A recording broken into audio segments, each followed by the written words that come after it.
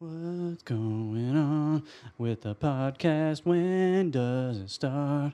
What's the name of it? Wonder what's next? What are we going to talk about? I don't know. What the fuck was that? Man, I tell you what, that was a hit record that Casey Kasem was going to be talking about for years. Casey Kasem's going to be talking about. All right. Right after he crawls out of his grave. Casey Kasem dead? I'm pretty sure he's got to be, right? Otherwise, I'm an asshole. Isn't he dead? Casey. I don't know. Internet, tell us. Is Casey Kasem dead? Hey, Wonder What's Next podcast, number 19, just 2 years ago. Up. Let's see. Hey, there you go. Almost a little over 2 years ago. And his daughter, Carrie, does a radio show here in Dallas locally. It's actually 3 years ago. Go. Sorry. Okay. Can't math? Nope. Math are hard. Mm-hmm. Number 19 just wrapped up. This motherfucker is going on YouTube like the last three. We hope you dig it. Mm-hmm. Please give us a review on iTunes. Shoot us some feedback. Like our video on YouTube. Give a thumbs up. Leave Give some a thumbs down comments if you don't like it on either. the Instagrams. Hit us up. What's Next Pod at Gmail. What's Next Pod on Instagram, Twitch, Twitter, YouTube. Pretty fucking easy to find us. You can also send a carrier pigeon with a taco, and it will just find Cody. Like it just knows where to go. I'm going to keep talking about food because he's been talking about being hungry for hours. Is this training day? The guy letting out the doves? Okay, nice. See, you got it. That's yeah, all I get every training day reference. Yeah. So, yeah, like this one. Yeah, motherfucker. With the guns pointed in two different directions. Terrible gun work in that movie, by the way. If you go back and watch it, it's fucking atrocious. I cleaned all my guns today. Do you want to get paid? You want to go home? You want to go to jail? You want to go home? Oh, yeah, go home. Whatever. Yeah. Whatever the fucking quote is, I don't know it. Yeah. All right. All I know is So, we're part of this new tandem dance team.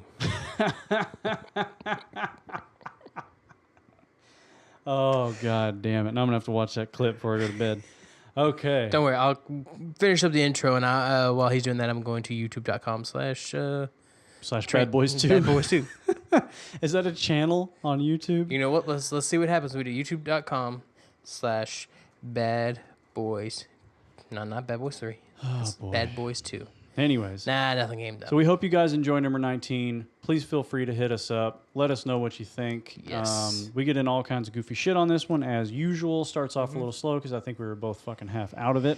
Yes. But, yeah. Still out of it. Still We'll fucking pick it hungry. up next week. We are going to have Cody watch Powder this week and give us a movie review I'm not on the watch next Powder. episode. Powder. It's fucking happening. Oh. I'm taping his eyes open, Clockwork Orange style, making him watch that It's not goddamn tape. movie. They're like these little things you put in your eyes. Yeah. And Like you're gonna keep the drops in forceps or some. No, I know what you're talking about. Yeah.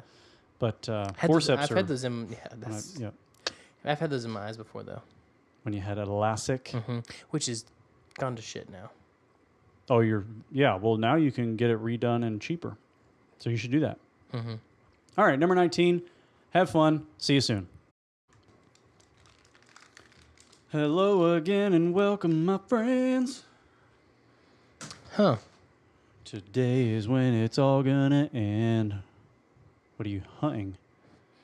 Did she get the fight? I don't know. No, this is just the tweet from Dana White about Nunez being out. Yeah. And did you see Joanna's been Yes. asking? Yeah. That's just that tweet. That's it. I didn't know that. So I was just like, oh. Hey, man, she's fucking brave. I mean, she wants to jump up 20 pounds real quick. Good for her, I guess. That's risky business, if you ask me. So we're live, man. Episode 19 is here. It's here, and it's real, and it's tangible. You can touch it, and you can feel it. How hairy its arms are, and how stubby its little fingers are. And how moist your hands are. It's fucking hot in here. All right, and I've been working on this new setup we got. This is gross. We've done 4 YouTube. This will be the 4th YouTube video? Yes. And this is the 4th different video setup we've done in terms of whether it's the arrangement or how we're recording it. And I'm so fucking sick and tired of fucking with it. I just want a mixer and a fucking regular camera. Like, it's all I think about. It's driving me up the wall. How much I hate the thought of coming up here and dicking with this camera setup. Well. But hey, you know what? We look good. Mm-hmm. Except for this deal that's real blown out here. But hey, this camera's doing its job. It'll be fine. Yeah. Cool. So, wonder what's next podcast. Yes, number 19. Number 19. So we're gonna do like a big celebration for 20? What do you think? Are we? Is 20 a milestone? Maybe we should get drunk or high or something for that episode. But is 20 a milestone? Sure. I mean, I would say 25 is a milestone because it's halfway to 50, and 50 is a milestone. All right. Okay. Well, I'll wait. Okay. 5 weeks. I can contain my excitement for a few more weeks. Yeah, we should get some weed and get fucked up. And we won't have weed. Just sit here and stare at each other. Both had panic attacks and both had to go to the hospital. I won't. I can smoke weed perfectly fine these days, actually. I miss being able to because I get drug tested at work. But I don't. Yeah, I mean, I bet I could, but not really. Yeah. It's random for us. Like, they just call you and they're like, hey, go to the place and take a piss. And it's like, okay. And you have 48 hours to go and do it. That's pretty crazy. No, we don't. I mean, I have not heard of anyone having to go do it. Yeah. Yeah, I think most people would only do it if they suspected something. But our company literally just like... Does actually random. Every 6 months, just a name pops out of a hat. It could be the CEO. It could be anybody. Just go... Don't take a piss. Take a piss test and let us know how it turns out. So. That is interesting. No, yeah. I've never... I mean, like, the first one I took was to get the job, and that was it. I haven't had to do a random one since. If you were hiring people, would you do drug tests? I don't know. Yes, just to get a baseline. What does that tell you about a person, though? Well, one, it tells me that they do drugs. So then it's like, okay, now, it could be to know if someone is just has a different personality or a different, like a different mindset versus actually someone who is a recreational user. You know that sometimes if you see a side of them, you're like, are they on drugs or that's just the way they are? It's like I have a guy that I work with who has like ADD and stuff like that. And he's like, he's a really weird guy. But when you first work with him, you think he's high because he says some of the randomest, weirdest crap ever. And you're like, what the hell is wrong with you? And you think he's on drugs, but he's not. He's just a weird guy. We like to call those people unique. Nah, he's a fucking weirdo. He's weird. But he's cool, but it's like, it's weird. Like, he just says random crap. He'll call you by a weird name. Like, it doesn't, like, he'll change your name somehow. Like, or his mindset of, I'm trying to think. We have this guy named Joey we work with. He calls him Joey Bag of Donuts. I've heard that before. Exactly. What is that from? I don't remember. He told me the other day because I was like, okay, where the hell did you get that from? Where did your mind pull that from? And it came from like some movie or sketch or TV show. I don't remember. Yeah. But that's where it came from. But his mind, like the path it got to there was weird. And I was like, dude, your brain is uniquely wired because didn't make sense. So I don't think you can ask in an interview if somebody does drugs. I don't think you can ask, but that's the point of also the drug test. Yeah, but then I guess, do you have the option once, let's say they come back positive for marijuana, are you allowed to sit down with them and be like, hey, notice your drug screen came up positive for marijuana. Could you explain a little bit more about like I don't think you can ask. I don't think you no, I don't think so you just have to decide whether it's like whether you're willing to roll the dice. Yep. That's interesting. Yeah. I mean, we had a guy we didn't black tar heroin. You're like, well, we had a guy we didn't hire because he failed his drug test. So, well, yeah. I mean, anybody I think that at our company that fails, they don't get hired. But yeah. I wouldn't.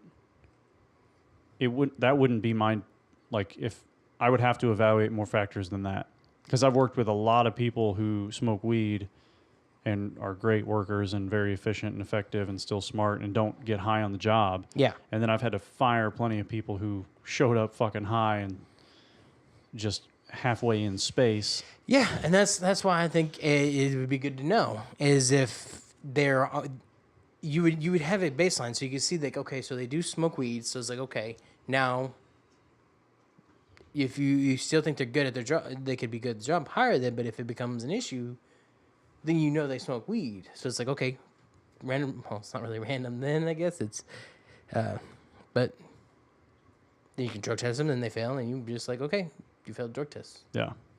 You're out. But I don't know. I don't know if maybe they could fight it saying, well, I failed my first one and you hired me, so. But at that point, it becomes. Well, yeah.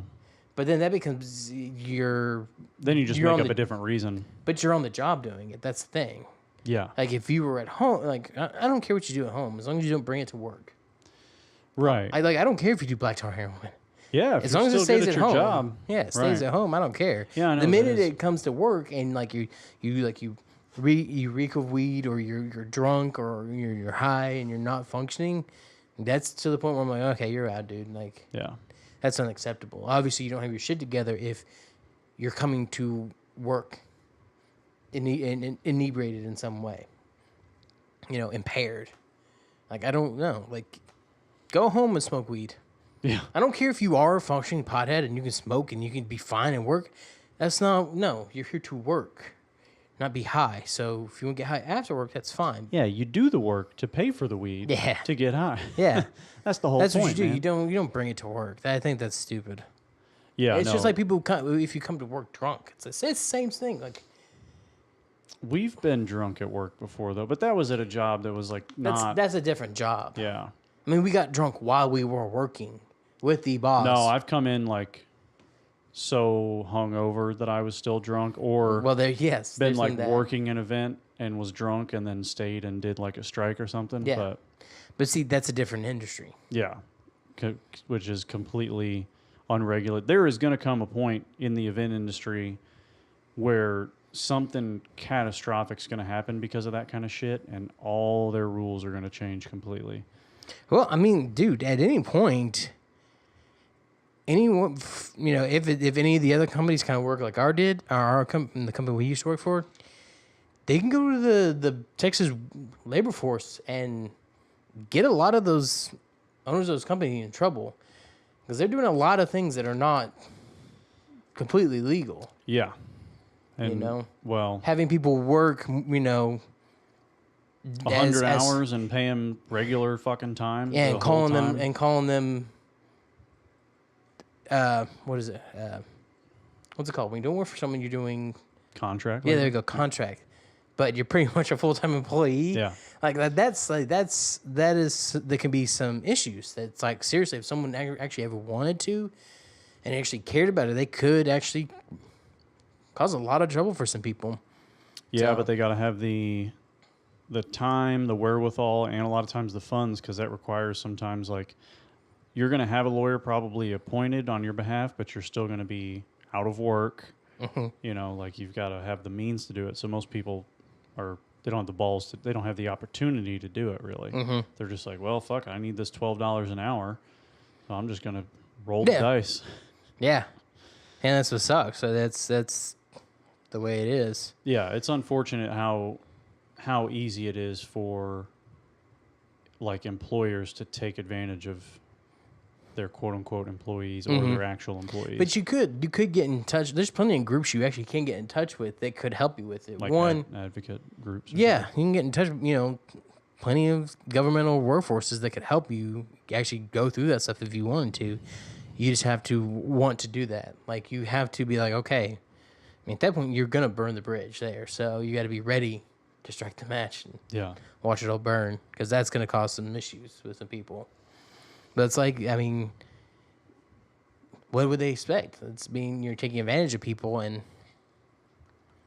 but that's what business is built on. People getting rich off the work of others. Yeah, that is capitalism. But nothing you can do about it. I mean, there's things you can do, but you just got to be able to want to do it. Yes. You have to be like, you have to reach a point where you are sick of it, and you want to do something about it to make it better. Yeah, exactly. That's and plus just understanding your value really is an important piece of that. Mm-hmm. So, That's tough. Yeah. So, but it's not. I mean, you could also end up not really getting much out of it too, like all the the back pay and compensation. It's going to be not like you're not going to get everything you were owed. No. You're going to get barely pennies on the dollar. Yeah, my stepfather-in-law, I guess, if you want to call him that, they went through, he was an EMT for like decades, and they just a few years ago won this huge court case to get something like 9 years of back paid overtime that the entire department had basically been shafted out of. Mm-hmm. So like they had, it was like a 9 or 10 year log of all these guys working, 60 and 70 hour weeks and never getting paid their time and a half for that extra 20 or 30 hours. Yeah. They got back paid all of it. Oh, they got all of it? One settlement. Yeah. Ooh, wow. Yeah. Because that's a lot of money. So that was a good day for those guys. But it took, I think it was like 6 years the case took. Mm-hmm. And I mean, they fucking stuck to it. But they had a lawyer that, like you said, basically a group that like was supporting them. They didn't pay for the lawyer or anything. But yeah, I mean, I'm assuming the lawyer got a good rare. Check afterwards. Probably, yeah. But I mean, that's extremely rare that kind of shit works out. Yeah, most of the time you're not going to get all Usually the money it's owed like, hey, to why you. don't we settle so you can leave us the fuck alone? Mm-hmm. And so they can stop paying their lawyer fees too. Yeah, exactly. So yeah, we'll give you 25% of everything today. Plus, if we don't have to take plus they this to should court. know that like they're probably going to lose. So then if they lose, they usually had to pay. Sometimes they had to pay the other lawyer's fees. That's a job I actually could have done really well. Be a lawyer? Yeah. But I would never have enjoyed it. Like I could be good at it, understanding law and like practicing it and arguing and all those kinds of things. Mm-hmm. But I would hate it. You wouldn't have a good job. Yeah, I'd fucking hate it. You would live at a desk and die at a desk. Yeah, and horseshit litigation. Like I'm a let's have a fucking conversation and get to the bottom of it kind of guy instead of like let's work around the red tape this way and fucking be. Like, you have. I mean, you have to kind of skirt some stuff. System, yeah. That's why I always, I would never go into politics because I don't play the game. I hate playing the game. I just it's like, you know what? I'm going to get where I need to be based on my merit and how good I am at the things I do. And that's how I'm going to progress. I'm not going to progress by kissing the right asses and, nuzzling up to the right people, suckling at the right teat. Yeah, nah, screw that. I can't do that. Like, I have to generally like you to want to hang out with you and feel like you're a good person to mentor me and learn from. Well, but I'm not doing it in I'm not trying to who do I need to get with to make sure I can move up, and who do I have to knock down and kind of. Yeah, it's kind of interesting you say that in terms of, who do I have to be close to or have mentor me? Because I have a couple mentors at work, and then there's one guy I'm working with in my personal life to try to be a mentor to me. But I've never viewed the people, with whom I interact at work in terms of bouncing ideas off them or working with them on projects, trying to stay close to them and get, pick their brain as my closeness to them getting me somewhere in the company. It's just that I want to learn from them. Mm-hmm. If somebody came to me tomorrow and they were they brought up some guy I hate and they're like, hey, if everybody thinks that he likes you, you're good to go. I'd be like, I don't give a fuck. What do I have to learn from him? That's what I want to know. Yeah. Is he going to... Is he going to improve you? Am I going to get anything from him? And is there anything I can give him? No? Then why should I talk to him? Yeah. Who gives a shit? Mm-hmm. If these people just are going to, if they can't establish merit person by person, which obviously my company does a great job of, there's not really a lot of politics in terms of, oh, the boss likes this guy or that guy. It's pretty much you do your fucking job or you leave. Yeah. If you do your job, we like you, and if you don't, we don't. Yeah. Same thing in my company, I think. People are, getting rewarded based on how their performance is. Yeah. Have they been performing well? And do they have the, the ability to step up to the next level and actually contribute there? So, I don't see it. Well, I'm trying to think. There is some people who are, I'm like, how did you get there?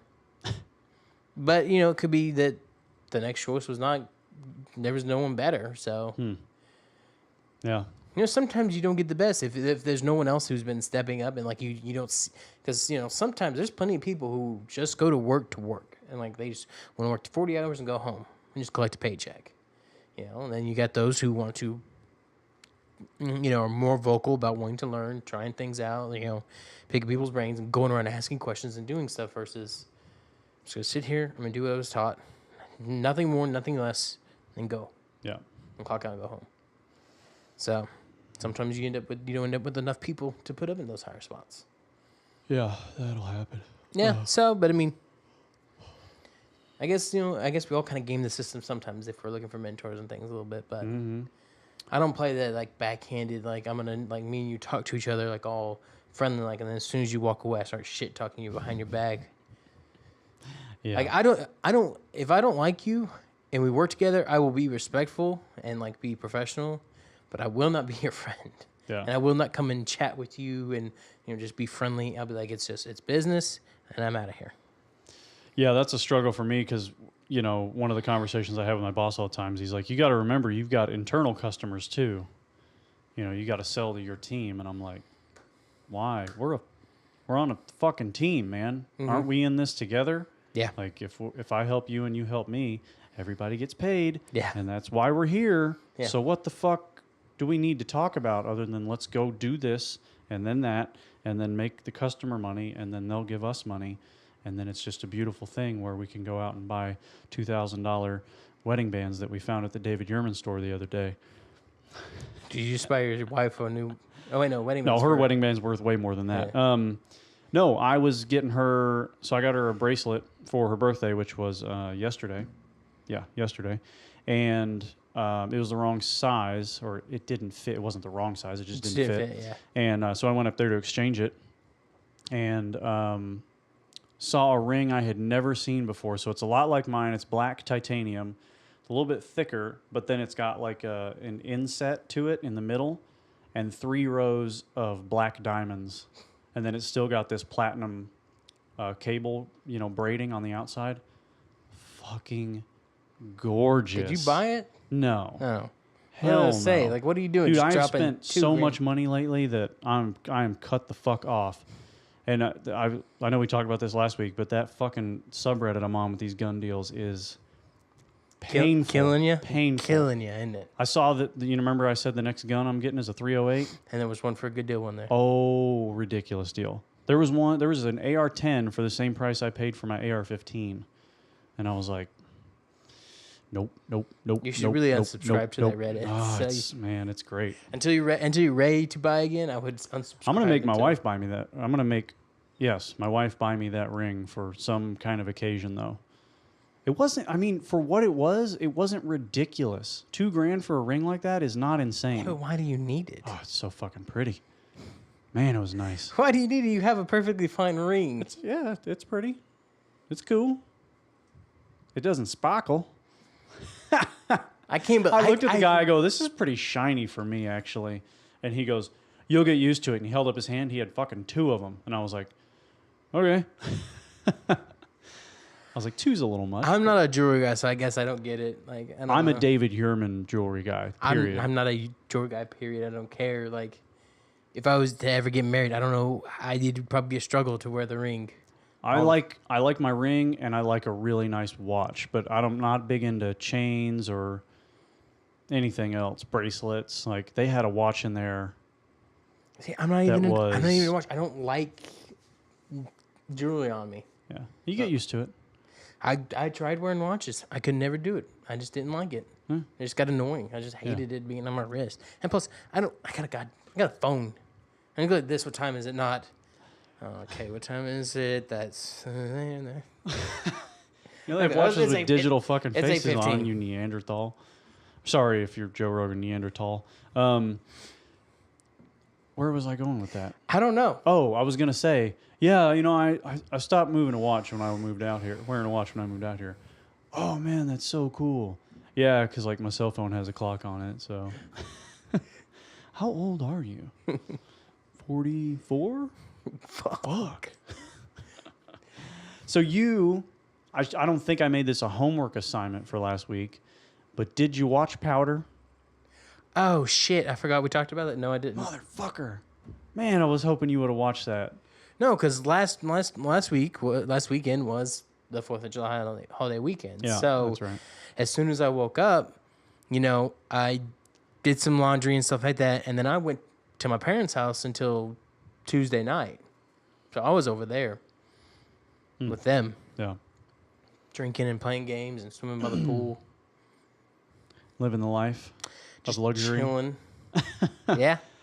I saw an interesting article today that I think is going to cost me some money. Surprise, surprise. 343 is making all of the Xbox 360 Halo games, so 3, ODST, 4, and Reach, backwards compatible for Xbox One, and all the maps and DLC are going to be free. So you're going to buy an Xbox One? Well, because then I can get Forza and Forza Horizon and Forza Horizon 2 and Forza 6, and I can get Halo Wars 2, and I don't think it's a bad idea. We were talking just a few about weeks ago not that you playing don't video play games anymore. Yep, I know. I'm all over the place, man. I can't make up my mind on anything. I'm saving money. I'm spending money. I'm not playing games. I'm playing games. If you want to talk about video games, you know what I just started again? Fallout 4? No. Oh. World of Warcraft. Son of a bitch. Why? My brother and his friend Pat. They wanted me to play. And they Your brother's a fucking dad. How does he have time to play that game? Of a newborn. It's a newborn. Yeah, dude. That's the hardest part. Far and away. She sleeps a lot. Well, yeah, they sleep a ton, but only for about an hour and a half at a time for the first 4 weeks. And then 2 to 2.5 hours at a time. So Diego has 2.5 hours to play. And he's not like picking up after the kid or doing any chores around the house or going to his fucking job or after work. I mean, come on. They live with my parents now. What are they gonna do? Like they're in the room. That's it. Wow. Where are they going? What chores are they doing? Helping pick up around the house they're living in for free? No one does anything. My parents everyone's at work. Like, what's there to pick up? Like, his girl could pick up stuff if she makes a mess, but, like, no one's home. Like, what mess is there to mess up? Like, well, babies are messy. Burp cloths and diapers and... Yeah, that stuff is like, when the baby shits, then throw it away. And the thing. Right. Yeah. I'm just not understanding how he has any time to do that. Like... It's a lot of work. When I was over there, it was not a whole lot of work, especially when there's 4 people who want to be around a baby all goddamn day. Well, that's true, yeah. You got a lot of help. Yeah, no, my mom and dad are both there when they're home, and they love the goddamn baby. It's their first grandkid, so they're like, I'm gonna take the baby, I'm gonna hold the baby, I'll give it, And him and his girl are good. Like they're like, it's feeding time, let's go. Like they'll go and get everything ready. Well, my mom's holding the baby. Like, is she breastfeeding or doing formula? Well, breast milk, but not actually like through the bottle. That's interesting. I think, or they stopped breastfeeding. I don't know, man. I don't pay attention to that crap. I don't care. It's their baby. Okay. I don't think it's formula though. I don't know. Oh. I'm always curious about that. Well, the baby was born like the day after Memorial Day, so how old was that? How long ago was that? Like a month or 2 ago? Yeah. Yeah. I don't know. I don't care. Okay. It's like they feed the baby. That's all I know. Yeah. Well, there's differences in the feeding styles. I just don't think she likes breast. I don't think the baby will latch on really or something like that. Maybe. Or they have trouble breastfeeding and she doesn't like pumping. I don't know. I don't know. Man, these are things you need to know for when you have a kid. No, whenever I have a kid, I'll worry about that stuff. I'll read what to expect when you're expecting. Plus, I'm not going to be the one breastfeeding, so why do I give a shit? Well, it's important to understand what's going on between mother and child. Like, to be able to, be there for your wife, but also understand why it's important. Like, if the baby's not latching, the different things that She can try. I don't all know. that kind of stuff. It's helpful. Well, you know what they have It's there? helpful to be helpful. You know what they have there? They have a nurse who did it for years. Yes. So she's got that. I don't care. That sounds like it. Yeah. They go, Mom, what do we do? And she tells them. Yeah. That must be nice. Plus, the baby's not. I mean, the baby's good. Like, the baby's just chilling. Unless unfortunately they have like a colic type of situation, most of them just fucking hang out. Yeah. You know, kind of sit there, fart, smile, they cry. But I don't think, our son really, he's never had a day where he's cried more than like 30 minutes total, maybe 45. Yeah, she barely cried whenever I was over there. I was over there for 3 days, so. Yeah. Yeah, it's he has plenty of time to just play a little bit. Like, it's not like shit. I barely have time to play. That just seems like a game to me that you got to get on for like a couple hours at a time.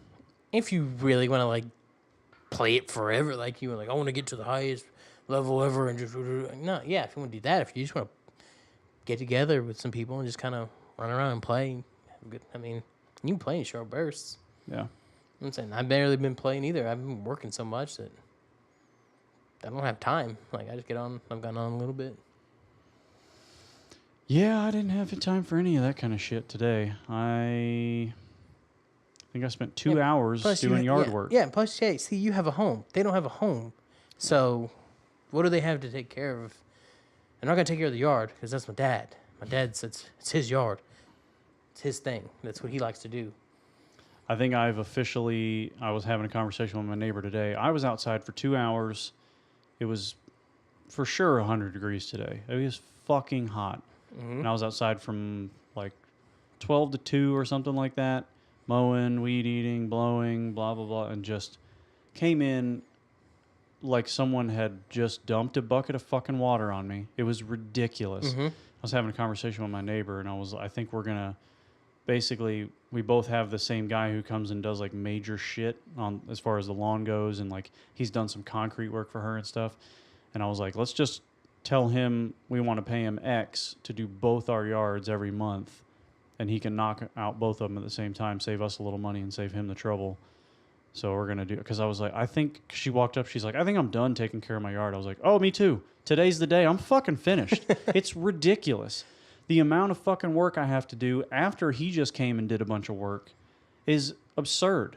I was like, I just want a yard that's like a 10 by 10 little box where my dog can go take a shit. I'm tired of having this big fucking yard and all these trees and shit. You do have a bunch of shit in the way. God damn it. I got like 6 or 8 flower beds around, maybe more, because all the trees have one too. I fucking hate it. I'm so tired of it. I was just like, she was like, I want to like my house. Every time I look out in my yard, I see work. And I was like, me too. I see a project. Oh, I forgot to go do that. So, yeah, I was like, I think it's worth the investment to just have him take care of it and me never have to think about it again. So I think that's what I'm going to do. And then I told her about my plan for artificial grass. And she was like, yeah, my parents just moved to a place where they have that, and it's they love it. Yeah, no complaints. They don't have to do anything. Yeah. There's no maintenance at all.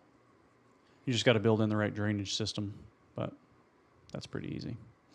So, but yeah, what else is going on? Working so goddamn much. So much. And now they made it mandatory to work 50. Wow. Yeah. Weird. Well, the new head of engineering, walked out at like 6 o'clock, and most everyone was gone. He was a little disappointed knowing that, everyone knew how much work we have. And he was a little disappointed that no one was there. Even though he was still there working on stuff and trying to get things done. And the fact that no one else was, like, the very few people were still there, he was a little disappointed. So, yeah, they're like, we want 50. Well, good for you. Yeah. I'm already doing 50. So it didn't change for me. When they said that meeting, I was going, the whole time I was going, yeah, this doesn't affect me because I'm already doing this. So thank you for telling everyone else to finally step up, because I was getting tired of everyone leaving at 4 or 5, depending on what time they come in. And I'm like, I am here till 7 or 8 o'clock. All you guys are gone. I'm here. Like when we got rid of our second shift, we got rid of that, and everyone's going back to days. It was just like, you know what? It's not helping. It's not hurting. So it's like, let's just put everyone here together all at the same time. Yeah. Let's just do that. So I was like, Jesus, bro, he just fall over there. Yeah. So, you know, I was like, okay, fine. Like, but I was staying there when second shift was still working, and everyone else was gone but me and everyone on second shift. And I'm like, hi, how's everyone doing? I'm the only one still here. Everyone else is fucking gone, went home. And I'm still trying to catch up on things and trying to get us further ahead, but no one else was. So now they did 50, so I'm like, there you go. Finally, some people will stay. They made today mandatory. Oh, because Saturday's always been a voluntary thing. Like, hey, we'll be open. We need some people to come in when you come and work. Today they're like, no, we need everyone to come in. That's mandatory. They didn't specify how many hours, but they wanted everyone to come in. Yeah. So everyone was there. It was the busiest Saturday it's been. It did help us get caught up, but we're gonna go right back to being in the hole again come Monday. So yeah. But that's it. I mean, it's restructured, so I'm happy. I think it'll go better. It'll suck at first, but eventually I think it'll get to a better place. Yeah. That's it, man. Just working a lot, but getting paid for it. So yeah, I'm okay with that. About that,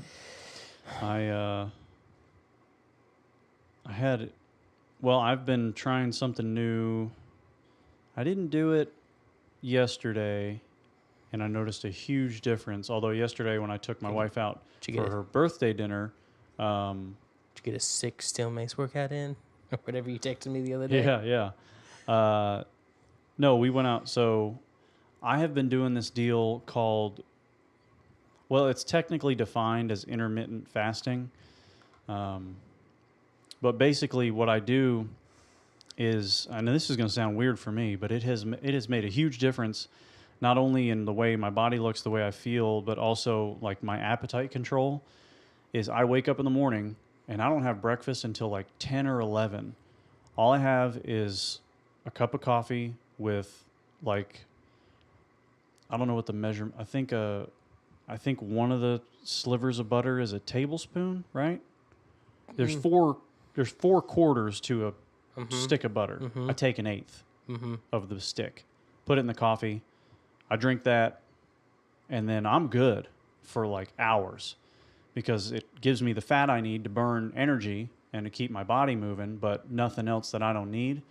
And so from there, I'll eat at like 10 or 11, and then I'm good appetite-wise until, 3:30 or 4 when I have like a really light snack, like 300 calories, because I'm going to work out at 5, and then I eat dinner, and that's it for the day. I've been under outside of yesterday because we went and had a fucking ridiculous dinner. I've been under 2,000 calories every day this week, and I feel fantastic. And like, I'm to the point where fucking none of my clothes fit. My jeans I can't, like when I'm putting on my jeans and putting on my gun, I have to like spread out my legs all bow-legged like so that my jeans don't just fall down to the ground. I can't even hold them up anymore. So I'm really liking the effect it's having on me because now, when I was bodybuilding and even up until about probably 8 or 9 months ago, I was very strict about eating every 3 hours because I was real into the glycemic index and controlling my blood sugar levels and everything. And now that I understand a little bit more about why my blood sugar was having such huge peaks and valleys, and I'm just living off of fats for the most part, like it's not really an issue. So it's completely changed a lot of stuff for me. It's pretty awesome. The butter, I got to figure out a way though, like it's literally just butter and coffee and it doesn't taste that good. Kind of ruins the coffee for me actually. Maybe just like well, I tried like some nutmeg and some cinnamon. Yeah. But that tasted like shit. Maybe some vanilla? Yeah, so the next thing I'm going to try is a little bit of just like pure vanilla. Maybe a little bit of honey? No, I don't want any sugar. So I'm going to kind of tweak, what I can put in there. And I was going to do butter and MCT oil, but I was like, this is plenty. Like, there's plenty of calories in here already. So, yeah, but I'm loving it. It's pretty great. And my workouts, like I've got more endurance for some reason on less calories. It's really fascinating. So Interesting. I like it. Although I am not. This is obvious. I've lost. I mean, since my peak, I've lost almost fucking 60 pounds since like my biggest size. Mm-hmm. But I'm just not very. I mean, I'm still strong, but I'm not like. I used to be terrifying how strong I was. Like, I could pick up a fucking car at one point, and now I'm not. I'm just like normal. Mm-hmm. Just a normal guy. Well, us talking about food now has me really hungry. I haven't eaten dinner. I didn't eat dinner. I should have ate dinner before I came over here. You should have said that because we had a huge meal downstairs you could have gotten some of. Well, I wasn't thinking about that. Yeah. I was thinking about getting ready, and then the thunderstorm hit because it's like a goddamn tsunami at my house. Yeah. It's fine here. So I was like, shit, I'm about to drive all the way over there on the highway where people already suck as is, and then it's going to be raining and flooding on the roads, and people are going to be fucking stupid. So I didn't think about eating food. I fed my dog, but not me. So now I'm hungry. Food was the last thing on my mind when I was trying to get everything together before I came over here. So that's the other thing I've noticed that's been different is it's becoming way easier to control, like to tell myself no, because I eat my last meal of the day at like 6:15, 6:30, and we might be up here till sometimes midnight or 11 or something, and I'm hungry when we go downstairs, but I'm like, you'll be fine. And then I don't eat again until 11. So it might be 16 or 17 hours. And I'm just learning mentally that, like, you'll be okay. Not a big deal. Usually, like, whenever I leave here and go home, I have the bags of all different flavors of the almonds and stuff. So I usually, I have one, like, the tiny, like, inch deep Tupperware. Yeah. I throw some in there, and I'll snack on that.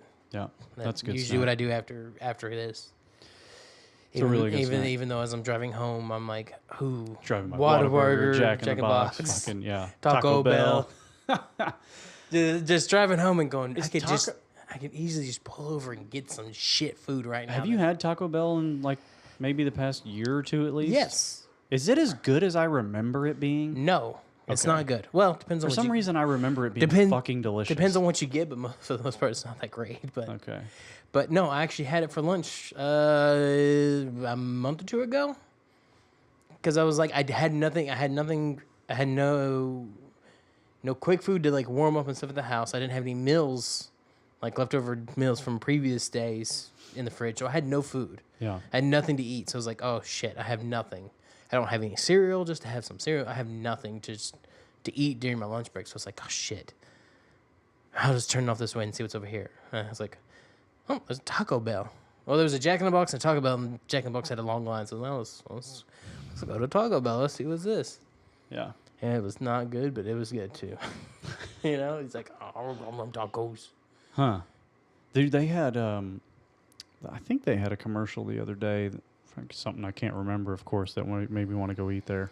I tell you what, though, the folks that are making me want to try to eat some fast food is Arby's. Some of the shit they're coming out with, these sandwiches, sound fucking incredible. I'm good with just the plain, like, roast beef and cheese. Dude, nothing fucks with the beef and cheddar. I mean, just all day. I mean, damn it, now I'm... With some of that 3-pepper... Fuck that Arby's sauce. That 3-pepper sauce is the shit. Now I may want some Arby's on my own. Yeah. No, I haven't had any of that shit. And so, I mean, Chick-fil-A is the closest thing I'll have, like their grilled chicken, or you got to throw down on some chicken nuggets every once in a while. But yeah, it's some of those Arby's sandwiches. I think it's just because Ving Rhames is so hilarious in the fucking commercials. The new one with the brown sugar bacon, put down the whipped cream. It's fucking hilarious. I don't watch TV, so I have no clue. Yeah. Oh, that reminds me, TV. Because I'm making the switch soon. I had a really interesting conversation with Time Warner the other day, or Spectrum, I guess I should say. Uh-huh. So my current internet bill, at my most recent one, was $85. Okay. Yeah. So when I signed my contract, it was $40, a little over 2 years ago. Actually, 2 years ago this month. And then it just slowly kept creeping up, and eventually it got, like a few months ago, it was like 70-something. I was like, that's weird, and then I forgot to call. And then I just was checking my bank statement, and I saw an $85 charge And I was like, what in the fuck am I paying for? Mm-hmm. So I called them up and I was like, hey, real confused, hoping you can help me out. Probably my mistake. My bill was $85. Am I missing something here? And she was like, no, I mean, that's 100% accurate. You had a promotional price the first 12 months of $40. And then when that went away, it was whatever, 60 some shit. And then she goes, she goes, for the 50 meg plan. And then you upgraded to the 200 meg plan. And that took it up to where it is now after all the promotions have expired. And I was like, wait a minute. You're telling me I have 200 meg internet? And she goes, yeah, you have for a while. And I was like, I never made that upgrade. And so while I'm on the phone with her, I'm on my computer and I jump on speed test. I was like, bull fucking shit, I have 200 meg internet. Jump on speed test, 192. I was like, oh shit, I have 200 meg internet. And that was on my Wi-Fi, by the way. Uh-huh. Wi-Fi, 200 fucking megs. I was like, and my upload speed was like 25. Ping was, 0.17 or, I mean, just ridiculously or 17 milliseconds. Ridiculously fast. And I was like, holy fuck, my internet's incredible. And in my back of my head, I was like, this is so perfect because I'm about to have 3 different devices using PS View that could all be doing it simultaneously, plus 2 computers, I think 3 iPads, a bunch of iPhones. Like, I've got a lot of devices on my network, probably total 16 in terms of like cameras and all that kind of shit. And so I was like, here's my struggle. I was like, I'm seeing you guys put out commercials for $30 a month for new service to new customers. I was like, I was a Time Warner customer for 7 years before you guys bought them, and I plan to remain a customer of yours, but I'm having a hard time justifying $85 a month. And she was like, she basically like very kindly was like, yeah, well, if you don't like it, you can go fuck yourself. She goes, well, you can go with the 100 meg plan for $65. Or the 300 meg plan for $125. She goes, my recommendation, keep your plan because we don't even offer it anymore. And now you're month to month, you're not on a contract. So you're locked into this forever. We're not going to change it. And I was like, in the back of my head, I was like, God damn it, that's a good point. And this is fast fucking internet. And then I was like, so you're telling, I was trying to keep going like hard with her. I was like, so you're telling me that there's just no promotions, nothing else you guys can offer me. I can either switch services, sign up for a new contract, or just keep what I have, and there's nothing y'all can do. She's like, that's exactly what I'm telling you. I was like, all right, well, I guess I'm fucking paying $85 a month for my internet. I mean, it's a pretty great little plan, and I'm going to need it because the benefit is I'm cutting my TV bill literally in half by going from Dish to PS View. Yeah, but for here, it's actually really high. I can't get fiber out here. Yes. So and that's the thing. Yeah, that sucks too. But yeah, some people who pay for fiber pay for less than what you're paying right now. Yeah. So that's what sucks right now. I know. I started looking around. I was looking at other companies, what they provide, and like AT&T's 50 meg plan was $60, and I was like, I actually have a really good deal here, so I'm just gonna fucking roll with it. Yeah, you do. And I talked to my wife too, and she goes, well, does that mean that we're not gonna have an issue with having streaming on all the TVs? And I go, we could stream on 30 TVs at that speed. Like, I was like, we can download an HD movie in a minute or some shit. Like, this is really fast. And she was like, oh, fuck it, let's just keep it. I was like, yeah, it's a good price for what's around here, but it sucks sometimes that we could get better in it if we went to a few different areas. Yes. I thought about going down to that 100 meg plan, but then my upload speed would go from 25 to 10. Ooh. And I was like, because the drop cam and the baby monitor camera we use and a couple other devices like our security system, they require a decent amount of upload speed, more than they tell you. Like a drop cam, when you get it, they say you need 500 KB upload speed. And then you realize that you need about at least 2 to be able to stream that fucker in HD to your phone. In a clear yes. HD, not a jumpy, jittery. Because when I first got internet service, I had 2 megs upload, and I had to upgrade to 5. And then eventually, I guess at some point I called them, and they had, I don't know if they had a promotion or if they just did it. They probably just They might have just done it. And they were like, oh, he signed up for a promotion. Because this guy literally has never logged in to his online account before. So they probably look at those kind of people and go, just fucking add money to their bill. Mm-hmm. They don't know. Yeah. Makes me want to look at mine now because mine's just, anybody that's on autopay, it's on like, autopay. Oh, he signed up for a new promotion. Yeah. He loves it. Yeah. Yeah. I gotta look at mine too. So it's a good point. Yeah, but I was like... But I would love to just be surprised one day and go, I have 200 now? What the fuck? Yeah, dude, I was like... I mean, mine's this okay, is but really I fast. don't even remember what mine is anymore now. Yeah. I want to say mine's 100. This entire time, I've thought I had 50. Because when I stream a movie on, like, my Dish deal, you can stream those on-demand movies, and it'll say that it's streaming at, like, 45 or 50 megs. And I'm like, oh, well, that's my speed, but I guess that's just part of, it's only using... So then I got real interested in looking at... I've got a really, really nice router that's supposed to do 600 megs wireless and 1200 wired. And I was like, what's the best... Because it's a Netgear Nighthawk, which I think is the best like home router you can possibly buy. And I was like, what's their top level one do? And it was like 2.5 gigabits per second wired and 1.4 wireless. I was like, ooh, I need that. That's fucking ridiculous how far that shit has come. Yeah. If you think about where we were on the 56K days. God, I mean, the internet back in the day. Holy shit. I want to see a boob, wait 15 minutes to see a JPEG of a boob. So you'd have to time your fucking jerk-off sessions to right when the nipples showed up. You're like, nipples! I'm done. I'm not going to wait for the vagina. I'm out of here. I got to go. I don't have another 4 minutes. Or you just download porn from like LimeWire, Kazaa, or something like that. Yeah, which would come with every fucking virus known to man. Yeah, well, you just wait another day or two, and then it's like, come back and you got a nice catalog. But then you start looking for stuff, and then you start getting the same stuff, even though you have different titles. You're like, yes, I've already seen that before. I remember that. Yeah. God, isn't it weird? Like I've already to think about how much porn you've seen in your life. Dude, I've seen too much porn to the point where I'm like, I remember that porn from when I was a kid. How did I come back to that? Circle of life, buddy. How did I find that porn? Circle of life. It all comes back around. I don't know. With all the porn we have, how did I get to the point where I found porn I watched when I was isn't younger? that weird? We have all this porn, and then you always see the same... I guess it's because you're searching for a lot of the same shit, though. Well, yeah, you're looking for the same shit. Not too often do you break up. You want to really expand out into... So yeah, not too often do you go from, hey, let's just watch some regular intercourse to, hey, let's watch someone fuck a horse. You know what I want to search for? We may have to do a weird bros porn search after this. Is like, the words I have never typed into a search bar when looking for porn. Gentle fuck, like love making session or something like that. So let's, you know what? While we're on the internet, let's do it. Dude, what have we said about using Google? We've been over this. You're not going to get anywhere with that. No, I'm gonna look for porn. We're not looking for images. If you want to go to images, I'll go to Bing. I'm telling you, Bing has better gentle fuck porn videos on Pornhub. What do we got here?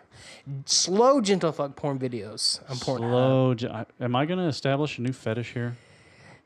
Like for yourself? Because there's plenty of people already watching this. Yeah, but they look professionally done. Some of these images. Well, that one looks homemade. But yeah, looks like they're fucking just taking it easy. I mean, some of these don't look like they're going easy. Like that woman right there doesn't look like she's getting ready to take it easy. She looks like she's getting fucked hardcore. Oh, wait, that says brutal clips. Yeah, she's not getting fucked gently. She's getting fucked hardcore. Remember that Tenacious D song, Fuck Her Gently? No. I didn't really? I didn't really listen to Tenacious D. Yeah, it's a good song. Well, let's go to Bing. Let's see what we get from Bing. No. Using Google to find Bing. I wonder how many times people Google Bing. Old people Google other search engines. Yeah. I think old people Google. You know, they'll have the search bar engine and go google.com and the search engine. You're like, in the search bar. Yeah, it's like, I should say, dumbass, you're already in Google. Just type in what the fuck you want. It should just like shake its head at him. Like, you're already here. Images. I need to turn save search off. It's over there. No, there was a thing. There was a title block where you can just go to it. There you go. All right, see, people are just, we can look at some GIFs. They're just going slow. Yeah, I forgot you can search for GIFs in the image bar. Plenty of GIFs on here. What'd you say? GIFs. They're GIFs. GIFs? Nope, GIFs. I think. Nope. Are you having a stroke? Nope. Peanut butter is Jif, and it starts with a J. So this is GIFs.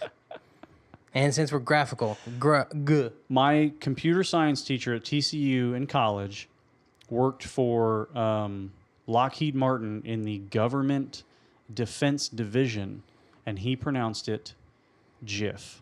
I don't give a. So it's a GIF. I don't give a fuck what he says. I don't care. That's who the person who developed it calls it too, and I don't give a fuck what he says. It starts with the goddamn G. Doesn't matter. The English language is the most personally adaptable language ever. You can just make it sound like whatever the fuck you want. It's GIF. Incorrect. No, it is. It is correct, and yours is correct too. We can call it whatever the fuck we want. Okay. It's GIF. I'm gonna call it GIF. Lube. It's Jiffy Lube. It starts with a J too. So far, Well, Quick Car doesn't start with a fucking QU. It's KW. Quick Car Lubentune. yeah, but it's those letters make those sound. There's no way does a J or G make a J sound. Yeah, there are all kinds of scenarios. George. Jesus Christ, that was easy. That's a name. Fuck. Okay, fine. Damn it, you got me on that one. Give me another one then. Geely. That's not a name. It's the name of a movie. That's not a name. Terrible movie. Oh, a name? That's not a name. Oh. Give me a word that is not I was going to say Giuseppe. Yeah, that is not a proper noun. Give me a second to think about it. I'm sure I'll come up with something. Okay, come up with something because that's different. Because you can Gerard Depardieu. You can have a name could be. I mean, come on. People have weird. Geriatric. Boom. Ball game. Done. It's over. I win. I win every time. Good job. I'm just a winner. No, I get that was good. Still calling it GIF. I don't give a fuck. All right. I will allow it. Okay, thank you. I'll just do a swipe twitch every time you say it. And I'll do a twitch every time you say GIF. We'll both go every time one of us says it. Yes. How about we just call them animated pictures? We just call them graphic interface. Yeah. Graphic interface photo. Wait, what's the F stand for? I forgot. Format. Okay. Yeah. Yeah. Right. Well, now I get why they actually gave it a name. I'd like a graphic interface formatted image sent to me, please. Did you do any coding or anything back in the day? Like in any of your classes? Very little. It's a lot of fun. I wish I had stuck with it. It is, but it's also tedious and boring. Whenever you get to millions of line of code, it sucks. Like Yeah. where you're doing like 500 lines, that's fun. Yeah. Whenever you're doing millions of lines and you're trying to find that shit, and if you don't label it right, Yeah. it'll... No, the high level stuff, I'm sure I probably would not enjoy. Yeah, it'd be... I have an uncle who does that. He's an electrical engineer, and he writes the code for like GPS systems and shit like that. Mm-hmm. Fuck that. I mean, I've seen like him just working on shit that's fucking thousands of pages long on his screen. I'm like, yeah, have fun with that, man. Not for me. Nah. Type of fucking R instead of a T. You gotta find it. Well, usually you can run test programs on it and it'll stop whenever it hits an bug, issue yeah. or it can't continue. Yeah. That's what the smart people are for. I don't want to do that. It seems boring to me.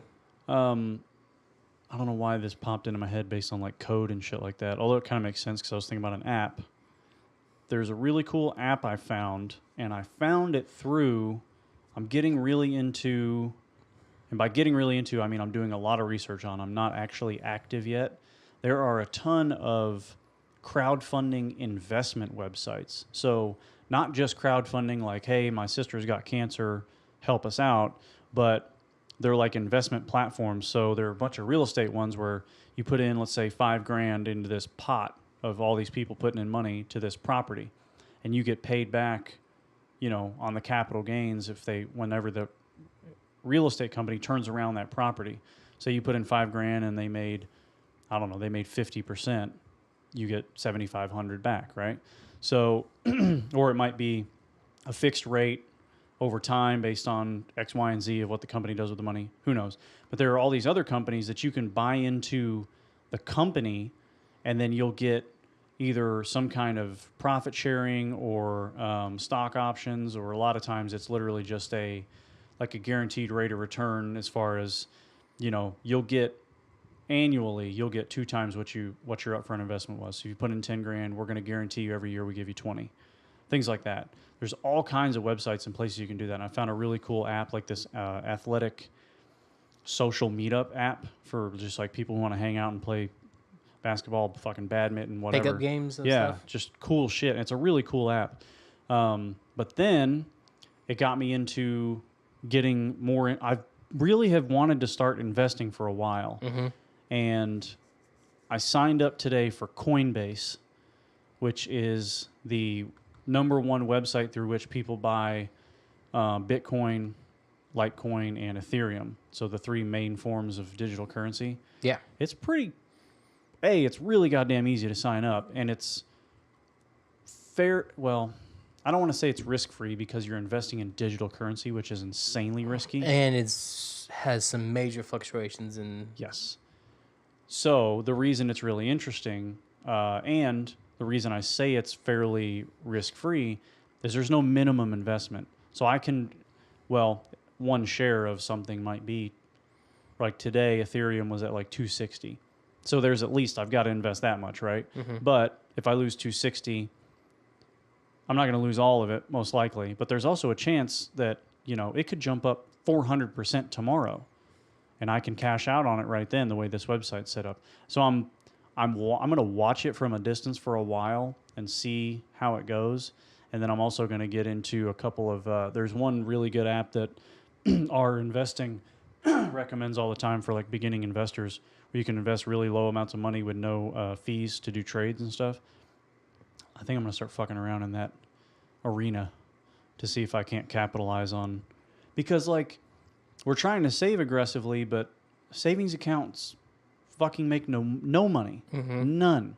I mean, we've got a retirement and all that kind of shit, but it's like, I want to find a way to pull out pieces of that money, double it, triple it, put it back in that account, and, do that when the time is right from time to time. Like, I don't want to be playing the stock market all the time, but it'd be nice to hold, 10 shares of this, like say Ethereum, and then get an alert when it's gone up by 400% and go, fuck, selling it, holding on to that money for another 6 months or a year. And then when I feel like doing this again, I'll do it again. Gotcha. But I don't want it to be like a continual how thing. I make my money. Yeah. I just want to kind of mess around.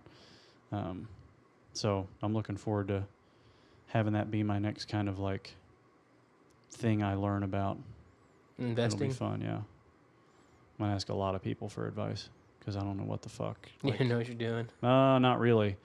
No, I don't understand. When I read through some of the threads on our investing, I'm like, I don't know what any of you people are talking about. They're throwing out all these terms and like, I really need to learn about this. I am just fucking yawning over here. Yeah, I'm a bit. I'm tired today, man. Pooped. I have been worn out. Feel you. Been busy, so. Yeah. What, you want a hug? Is that it? You want to hug it out, bitch? Are you done? No. Okay. I'm so good. All right. I'm just yawning. I thought you were calling it. No, I'm not. You're mailing it in. No, I'm not calling it. I'm here. I'm here, motherfucker. I'm just hungry. I'm really hungry. God damn it. Well, order a pizza. I won't. I'll just watch you eat it. It'll be, and everyone else can watch me. I just be like, it'll be the ultimate test of willpower. So I had a plan this weekend to fucking go all out, and it is not going to come to fruition. It sounds like until next weekend. Go out on what? My diet. I've got these 2 really big orders that I've been told I'm getting, but they're both in process, which means I don't physically have the orders, which means I don't have them at all. Like, it's great that I got a verbal, but that doesn't mean anything until we've actually got a purchase order in hand. So my plan was they were supposed to come through this week. I've been told that I'll have them both next week. I was like, because these 2 orders alone, I'd had my biggest month ever last month. These 2 orders alone will be more than that. So I was going to go on Sunday morning, so tomorrow morning, and go get like I was telling you I was craving donuts. Still am. I was going to go get some like super hot, fresh donuts and have some scotch with them. Like, just sit down and have some fucking badass donuts and some scotch, probably some ice cream on the donuts, and just like...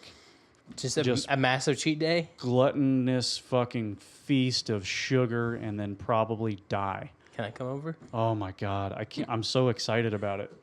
Because I'm going to get like a nice bottle of scotch and some really high-quality donuts. Go to Melt in Fort Worth, get the world's greatest ice cream. Stop talking about food. It's going to be amazing. I'm hungry. Yeah, I can't wait. I'm going to eat this mic right now. So hungry I am. Just... Kind of looks like a big cookie. Should have ate. Should have ate earlier. Now I'm starving. I want food. Would have been a good idea. Got any other things? I don't know. No? Nope. I want to talk about terrible pet owners. Because I was watching, I think it was on Instagram. I was just scrolling through there and I saw a video of like a woman walking her 2 pit bulls on security camera. And they walk around this truck and there's a cat just laying there in the driveway and they just destroy that cat. And I'm like, do you have 2 pit bulls? You should be able to, 1, take care of them, and 2, fucking keep them under control if you're going to have a pit bull. And like an aggressive breed, like you're obviously a shitty owner if you can't keep your... Yeah, you're a fucking piece of shit. Because the cat did nothing. The cat maybe hissed or something at the dogs, but the cat was just laying in the driveway. And I'm pretty sure the cat is no more. Just watching them just like as soon as they come around the truck, just bolt from her and take her out. And just watch them both just tear into this cat. Yeah, you have to be... I don't understand how people don't get this. I see people walking their fucking dogs all the time. Like, headphones in, staring at their fucking phone, barely holding on to the leash. Like, when I take out this dog, who is incredibly obedient and very well behaved and very docile, would never attack anybody, would never hurt a fly, I'm watching for everything that's going to set him off. I'm looking for squirrels, I'm looking for other dogs, cars, kids on bikes. He loves people on bikes. He wants to chase people because he just likes to run with them. It's not like he's going to knock them over, but like I'm constantly scanning for anything that's going to make him go crazy in case I need to tighten my grip, which is already fucking tight on the leash. They're animals, man. They're still animals. Mm-hmm. I don't get it. Yeah. I saw that. I was like, I was like, you are just the shittiest person ever. And barely tried to do anything about it. She kicked one of them. But I'm like, they're pit bulls. As soon as they're latched, you're done. You know the only way to get them to release, right? I think it's like poke them in the ass or grab them with the balls or something like that. Stick a finger up their ass, yeah. Yeah. Because if it freaks them out, I mean, come on. I mean, if I put my finger in your ass, you'd freak out. Yeah, I'll let go. So, yeah. But she barely did anything to try getting them to stop. God, but it looked like a goddamn fluffy toy between the 2 of them.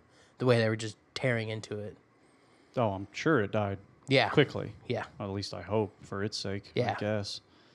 But I was just like, you shitty person. Like, and it's an aggressive breed. Like, your dog the pit bull can either be, like, really docile if it's trained well.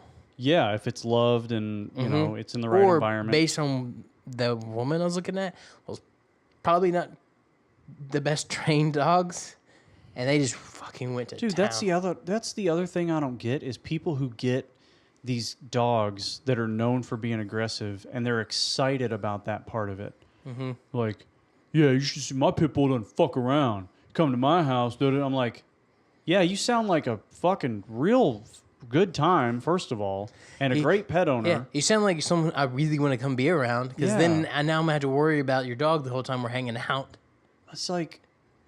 What does that do for you? What does that mean for you? Like, if you have a dog that's really aggressive and will bite people to come to your house, how's that impressive to anybody? Yeah, that's not. No. Like, I'm pretty sure people love coming over and seeing this fucking dog who's a goon and a jackass because it's fun. Yeah. Yeah, people are scared of my dog. People are scared of boxers. It blows my mind. Yeah, boxers are like one of the softest, goofiest, dumb they're ones. They're the sweetest They fucking think dogs. because of how big they are, and mine's a small one too, but because of the breed, they think boxers and the name boxer, they think they're aggressive breeds. No. They're not. They're energetic breeds, yes. Yeah. But it's not like, a Rottweiler or a Pit Bull who are like those, or, Well, or an Akita. The thing that most people don't know about boxers is that they were originally hunting dogs, which means they're incredibly obedient and really good with people. Mm-hmm. They can often struggle with other animals because of that, but they're great with people because they've been bred and trained by people for, fucking generation and generations. So they're like the best. I mean, they're my favorite dog, obviously. They're my favorite dog too. But yeah, they're so sweet and fucking calm. And I mean, I've run into but everyone thinks there's but been like a few when I take her out. There's been people like, "Can I pet her? Was she bite?" I'm like, she's a fucking boxer. See, but she'll knock you over if she wants to play. Yeah, that's what you got to watch out for. But I would so much rather somebody ask me if they can pet my dog than the people. Okay, so this guy, I mean, you've known him for years. My dog is ridiculously sweet. All he wants to do is kiss everybody, jump up on you, play, have you throw the ball. Like, has never... farts in your face. Yeah, he has never once... I mean, he's great with my son, with other kids, like other dogs. Just the sweetest, I've never heard him, like, growl gentle, or, like, anything like that. No. Sweetest, most gentle dog ever. And I still get nervous when people who don't know how to approach dogs... Because I'm very astute. I know very well how to approach a dog I've never met before. It's pretty simple. You walk up a few feet away from them, you sit down. You let them come to you. Turn your back a little bit to them, and you just hold out the back of your hand, not your palm. You don't walk up to them and shove your fucking palm in their face. And the worst thing you can do is try to reach for their goddamn ears and pet them. Because A, it freaks them out because they can't see where your hand is going, which scares the shit out of a dog. 2, a lot of dogs have bad ears. My brother got his face ripped off because he was petting a really friendly dog, and he hit a bad spot in its ear, and it was a Rottweiler, and it just fucking snapped when he was 5, and it almost killed him. Yeah, dogs, that's why dogs don't like it when you're behind them. Like, no. You can't be behind. Especially if they don't know you. Yeah, I mean, you can walk up to Brody and slap him in the face, and he knows you're playing around. But a stranger, I took it. So this is where I'm going with this. He was at PetSmart the other day. I think he had like a foot infection, and it was a follow-up appointment, and he hates going there. He doesn't like going to the doctor, and he gets super like close to me, and he kind of shakes, and he's nervous. And so we're sitting there, and it's a long wait, which pisses me off. But I get him up on this bench with me that's outside the doctor's room, and I'm like, sit down, and he sits, and we're just sitting there, and he's being very well behaved. And, people are walking by, and I kind of hold his harness, and I'm like, no, just stay here. And then this old lady walks up, just fucking stroll, and I'm looking at him, and I don't see her come up, and she does the fucking just shoves her palm in his face, and I shit you not, he growled at her like nothing I've ever heard. He didn't nip at her, but he let out a growl that I was like, oh, he's fucking serious. Like, he's not okay. And I was like, please, for the first time ever, I was like, please don't touch him. And she was like, oh, he looks really friendly. I was like, he is, but something's wrong. So I'm going to have to ask you to move on. And then not 3 minutes later, another person comes up, and I was like, he's just not in a good mood today. It was very strange, but I was like, he's still a dog, man. You never know. I mean, he's still an animal. I'm still worried that as our son gets older, he'll get more protective of him, and it might be a problem for us. You never know how a dog can change like that. I don't know. You're still a dominant person in the house. Well, I think he'll always sure. He'll always see you as the alpha. So that's the thing. Man, sometimes though with a kid, they're like, I don't give a fuck. Like, I'll protect this baby.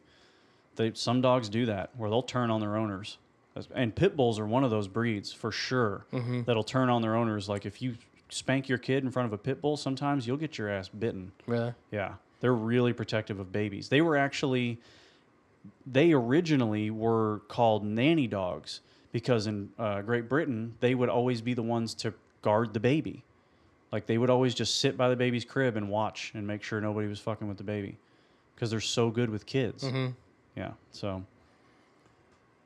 Yeah, fuck people who can't take care of their pets or don't know anything about handling animals. Yeah, or can't maintain. If you have 2 giant pit bulls... Maybe you should not walk them around the neighborhood if you can't keep them in. Get a fucking hip leash. Get one that wraps around your waist. It kind of seemed like she had something like that, and it snapped. Jesus. Because she went flying. Like, she went flying when they took off. Wow. But you also have to be strong to hold the pit bull back. Yeah, you got to understand the kind of dog. I mean, like my wife struggles when he gets excited. Keeping him, he's 70 pounds and fucking strong. Yeah. So now, luckily, he's the kind of dog you can tell him to stop pulling and he'll stop. But if he wanted to, he could pull her to the ground. Of course. Yeah. Yes. Yeah. If he wants to take off on her. Yeah, that's man. You have to understand. I see stuff like that, and I'm like, what kind of animal can't like take care of your fucking dog? Like you're a shit person. Like, and make sure you've had them trained. Like, they did not hesitate. As soon as they came around the truck, they took off. Like, it was... That kind of shit happens every day. Man, she didn't try shit. Like, she kicked one, barely was even, like, in a... Like, it was like a... like it was going to stop it. Yeah. And then tried pulling them off. And all it ended up doing was, like, dragging the cat with the dogs. And ripping it in half, probably. It was bad. I was like, come on, people. Fucking shit owners. And then, like, I've seen videos, like, people's dogs attacking other people, like, when they get in a fight. Oh, yeah. In, lower income areas. Did I tell you about the... I'm like, fuck you people. Like, that's not how you should train a dog. Here's a really good example of a great dog owner and a great parent.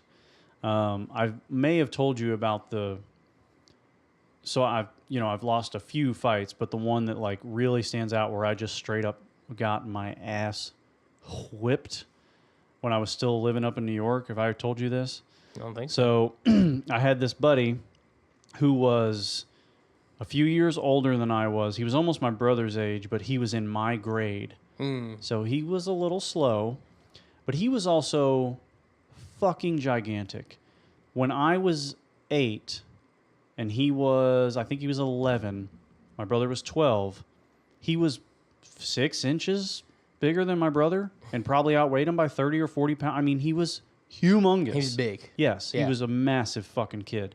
Probably now he's like 6'7", 6'8". Yeah, I'm gonna estimate. Probably big. I'm gonna estimate because it was a long time ago when I was a kid. He was probably 5'9", 5'10", 160, 170 at 11. That's a big kid. Humongous. Yeah. So we were buddies. We hung out and did shit all the time. And I lived in this trailer park down at the very end. We were the park managers. We were big shots. We lived down in a triple wide at the end of the park, and we backed up to the best thing was the property backed up to the woods, and our dirt bikes just got out of the shed. We were fucking on the trails.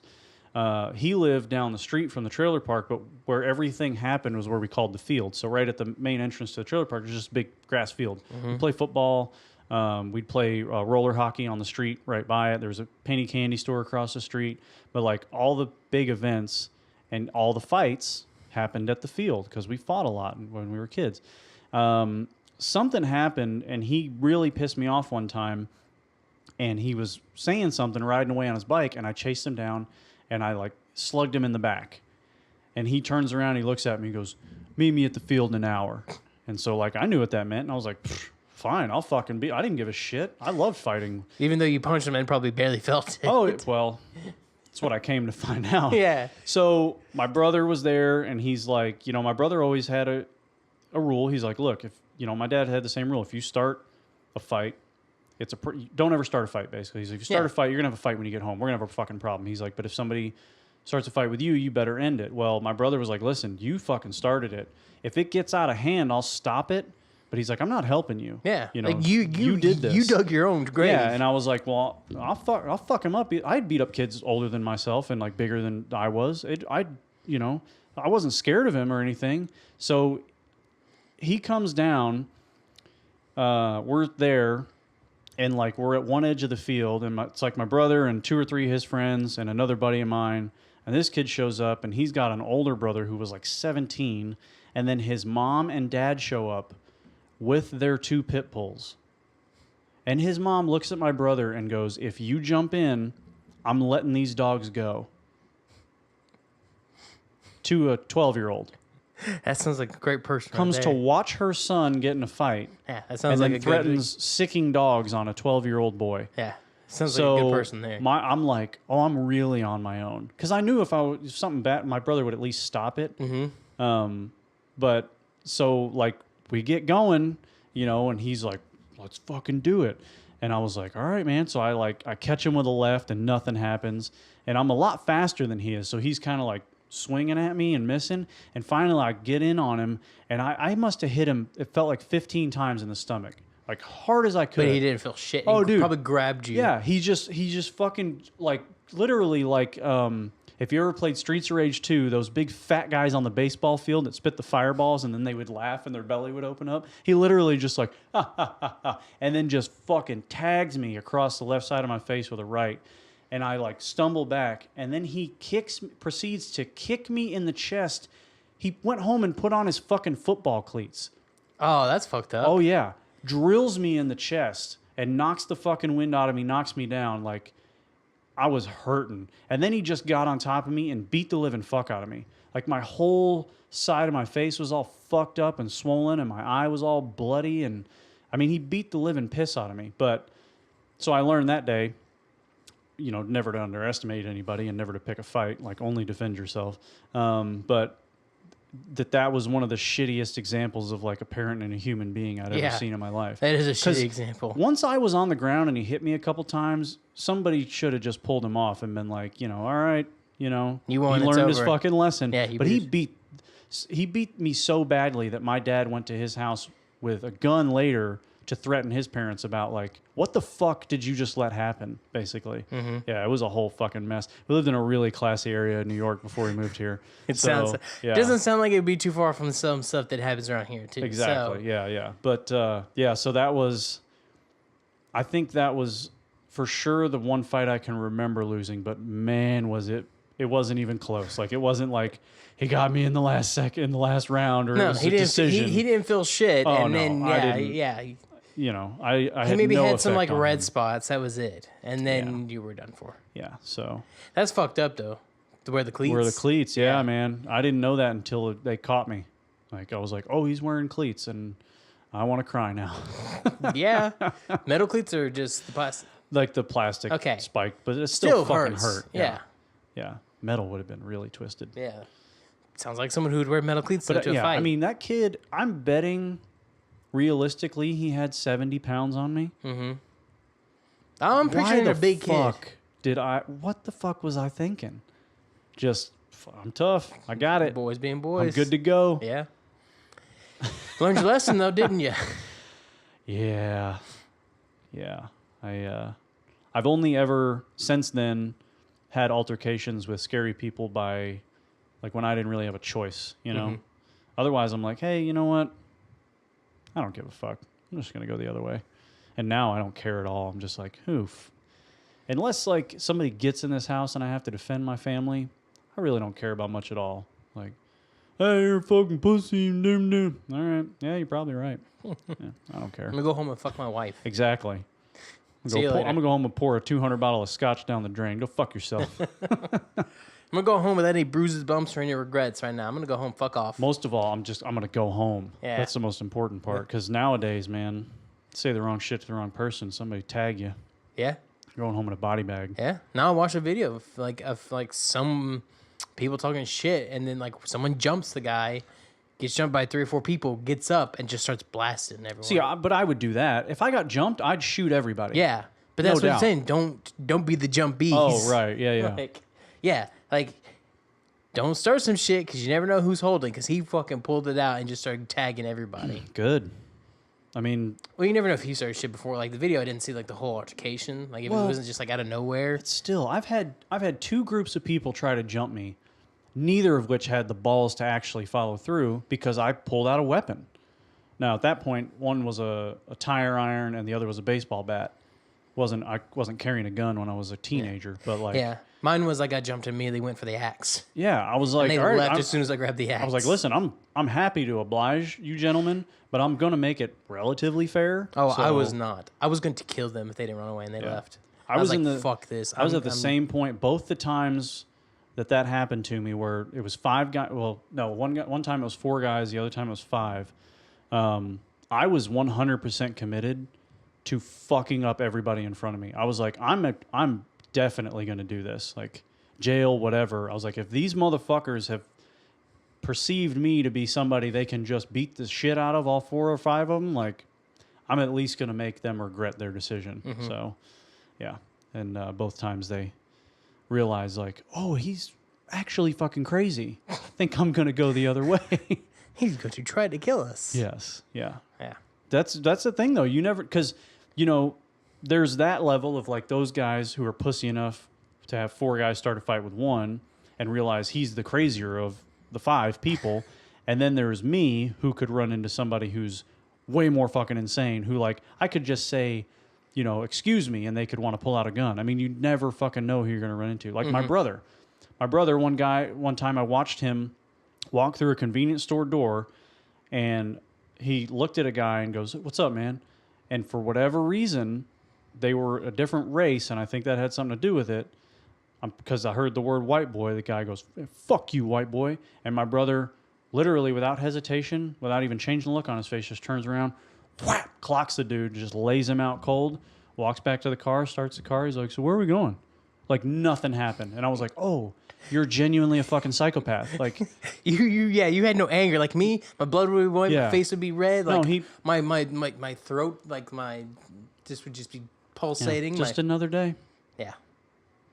That's why I know I'm not a psychopath. Is that I remember at that point my came blood home, pressure? He came home one time with a huge swollen mark on his face, and I was like, "What in the fuck happened to you?" He's like, "Man, you know what really hurts? Getting hit in the face with a 40."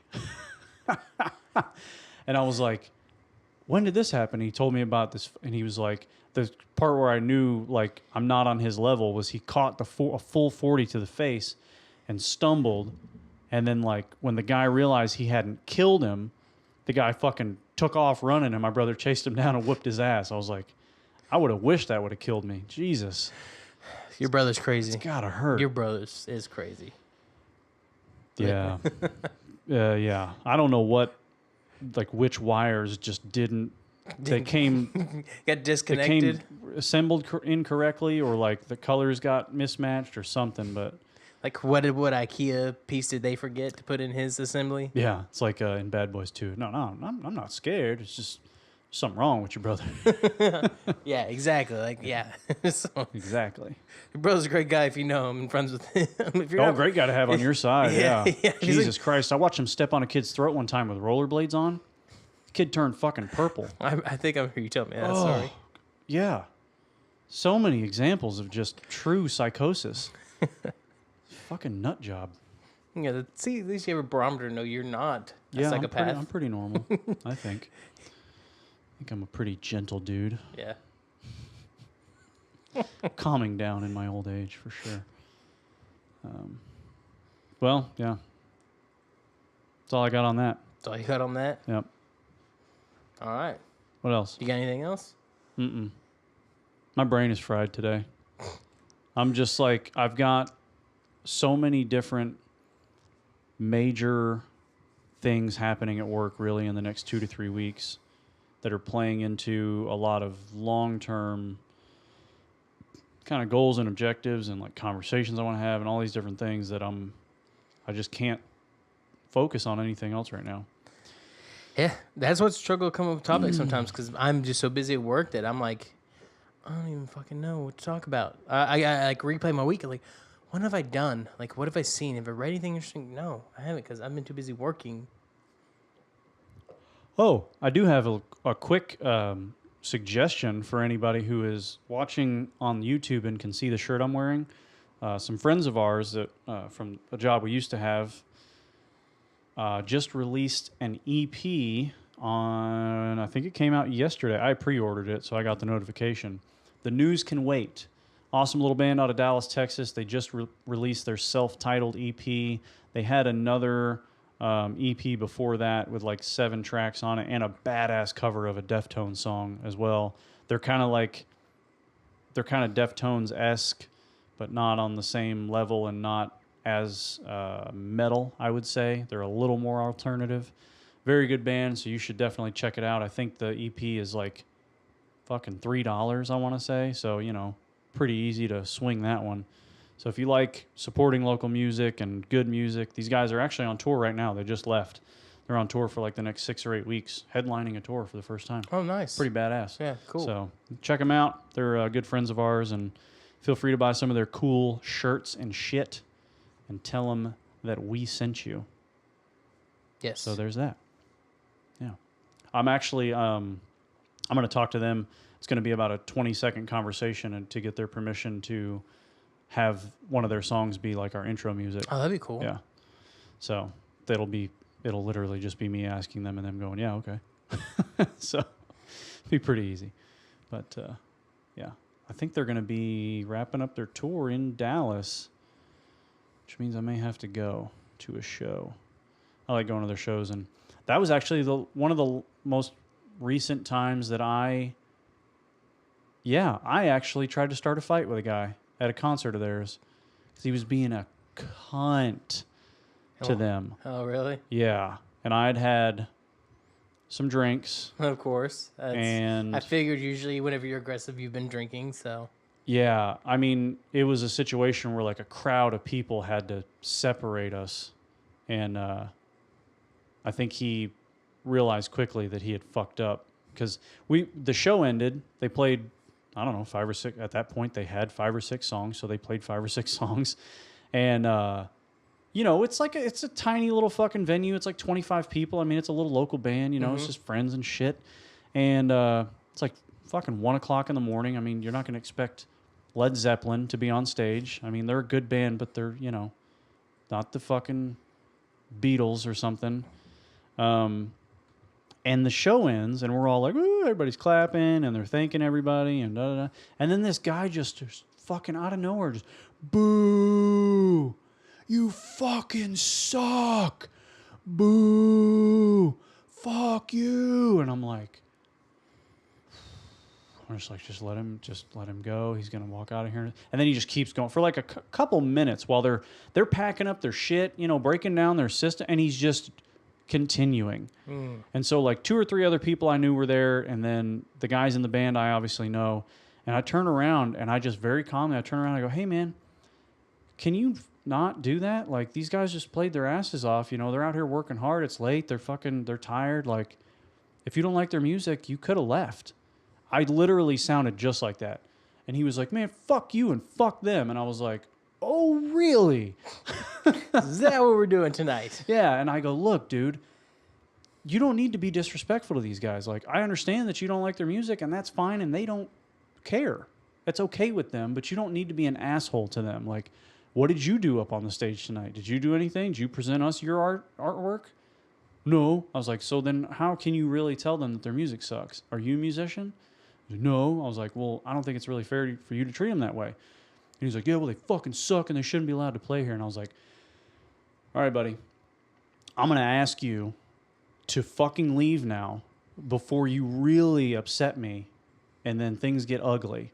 And then it turned into this whole thing where like the bouncer came over and I fucking shoved the bouncer into the wall. And I was like, I'll fuck you up. I'm going to fuck him. I was like, everybody's getting fucked up. And then the band had to come and grab me and shit.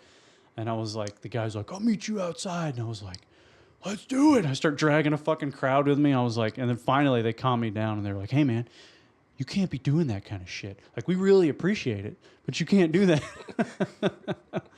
And I was like, all right.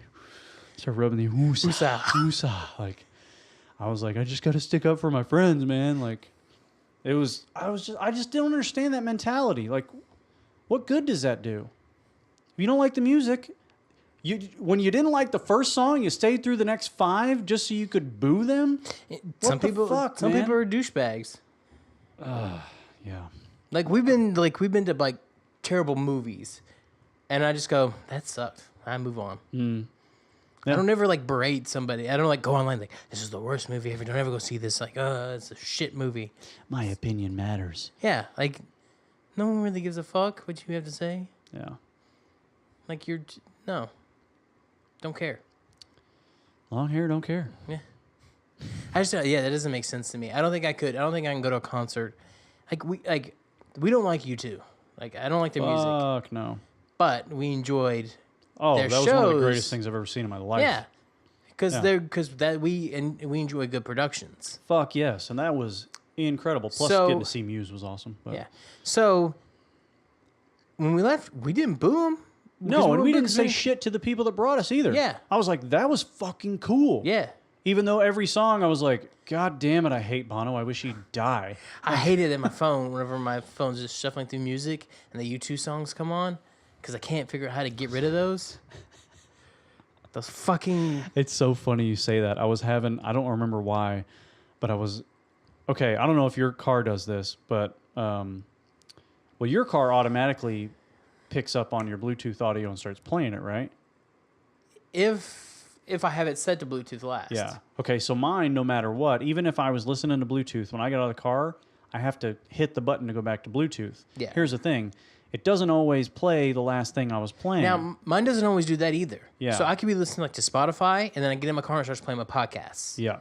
So it does that, but it does if Bluetooth was the last thing on and when I turn the car off, it'll automatically start playing Bluetooth. Okay. Like right now when I get back in my car, it won't because the last thing I did is my phone was going dead, so I plugged it into my car, so it'll start playing the radio as soon as I get in because I won't have the phone plugged in until I'm in there. So. Well, I don't know why, but I was, really shitty mood in the car a few days ago. I can't remember what the fuck happened, but I got in the car and I was pissed, and I hit the Bluetooth button, and all I listen to is I don't listen to music anymore. All I listen to is podcasts. So I was expecting a podcast to kick on, and it takes a second, and I was like, oh fuck, it's gonna play a random song because when it takes a minute, it's just pulling up a song. Yeah, it's trying to.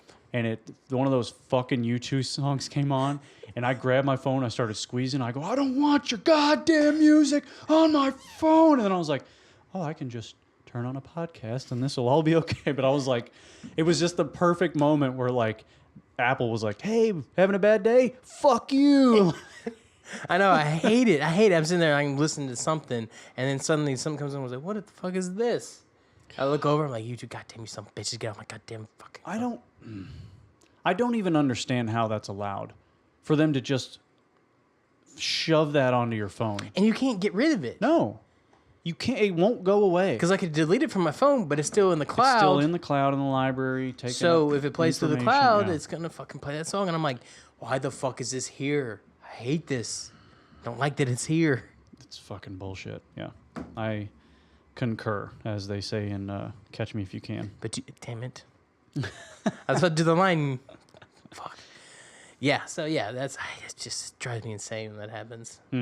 I wish my car would, because like my wife's car, also a Nissan, as soon as she gets in, the Bluetooth audio turns on and it goes right back to, right now she's into Audible books, and the book just turns, so it's got to be great for her. She gets in, it fucking right where she left off, good to go.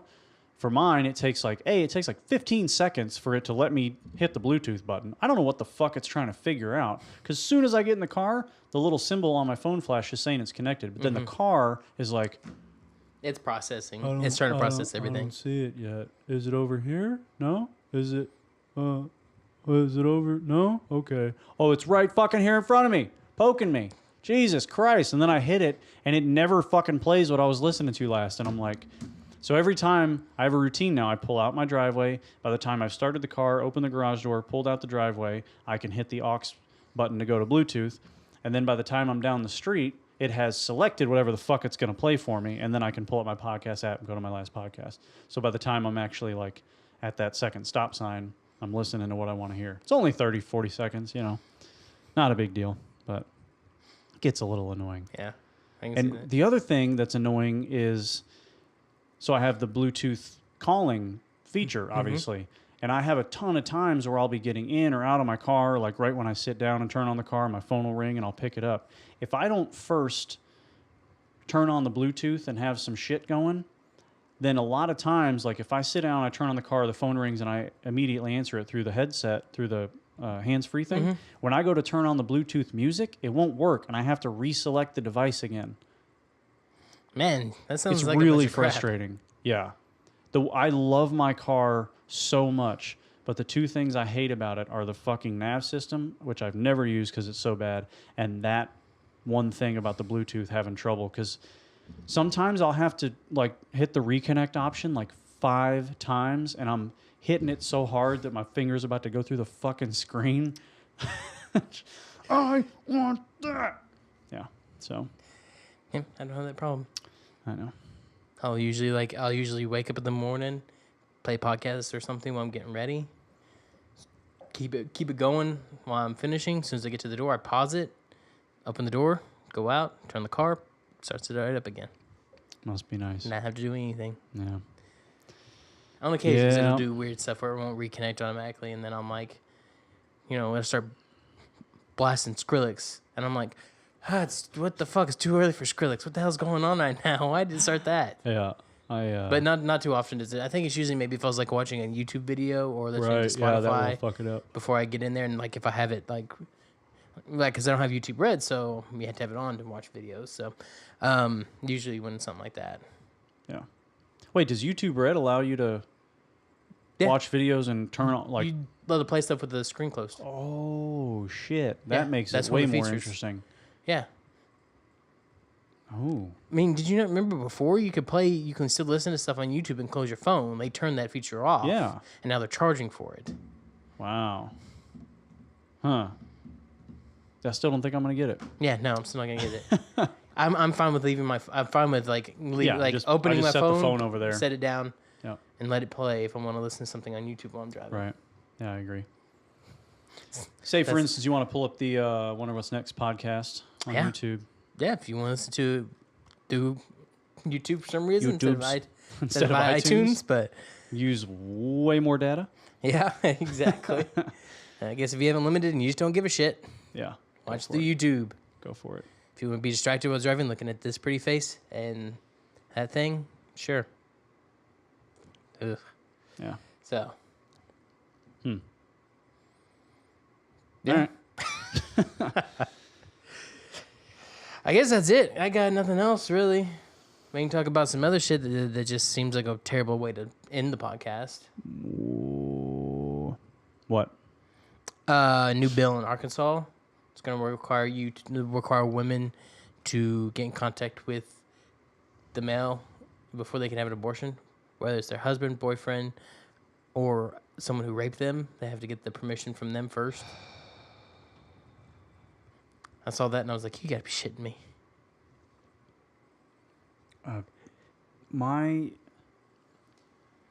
My level of frustration with this conversation is that, like,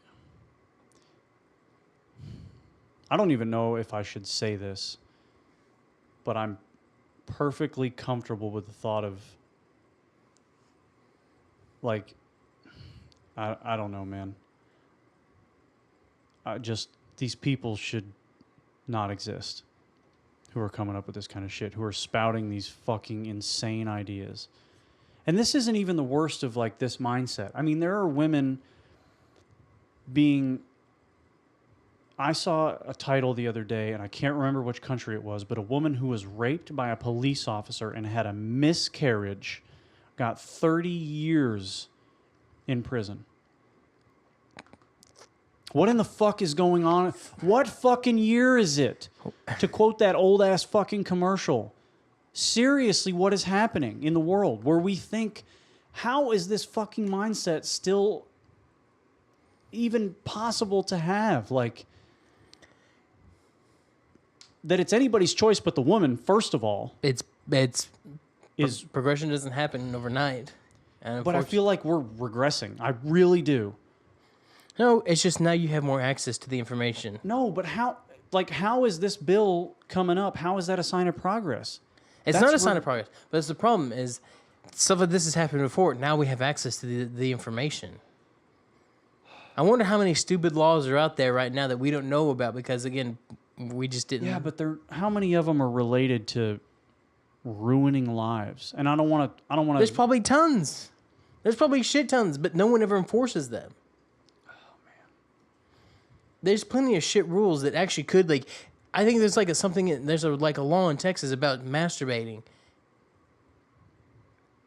Like, you can get in trouble for masturbating, like in your own home. Interesting. Yeah, but no one enforces these. These are stupid laws that no one enforces because they are stupid. Well, I guess all this means for women in Arkansas is they have to go out of state to have an abortion. Maybe, or because they could probably still. Nobody's going to know about it. They can, if someone finds out that, but they can still get in trouble for having it. No, because then it's just hearsay. Because you can go to a clinic that'll let you do it under a false name. Yes, but someone who knows you're pregnant and then you're no longer pregnant somehow. Miscarriage. It's fucking easy to explain, man. Miscarriages happen truly scientific. I mean, unfortunately, it's a really fucking terrible thing to go through. They happen all the time. Mm-hmm. So that's all you got to say. Hey, it's personal, man. I had a miscarriage. Go fuck yourself. But I just this entire concept, and this goes so much broader than just babies, but the baby thing is probably the most important issue I can think of. This regulation of what we do with our bodies is fucking insanity to me. I mean, even making drugs illegal is ridiculous. But that's what they want. But people's argument would be, well, now at least with the baby things, you're not giving something a chance at life. That's their argument. Yeah, but there are a billion other ways that life chooses not to let you exist anyways. Mm-hmm. It's all a game of chance, and it's all over in 90 years. So now that's a really tough thing to say or to hear from somebody who was lucky enough. Like Gary Vee says, you have 400 trillion to 1 odds of being born. Mm-hmm.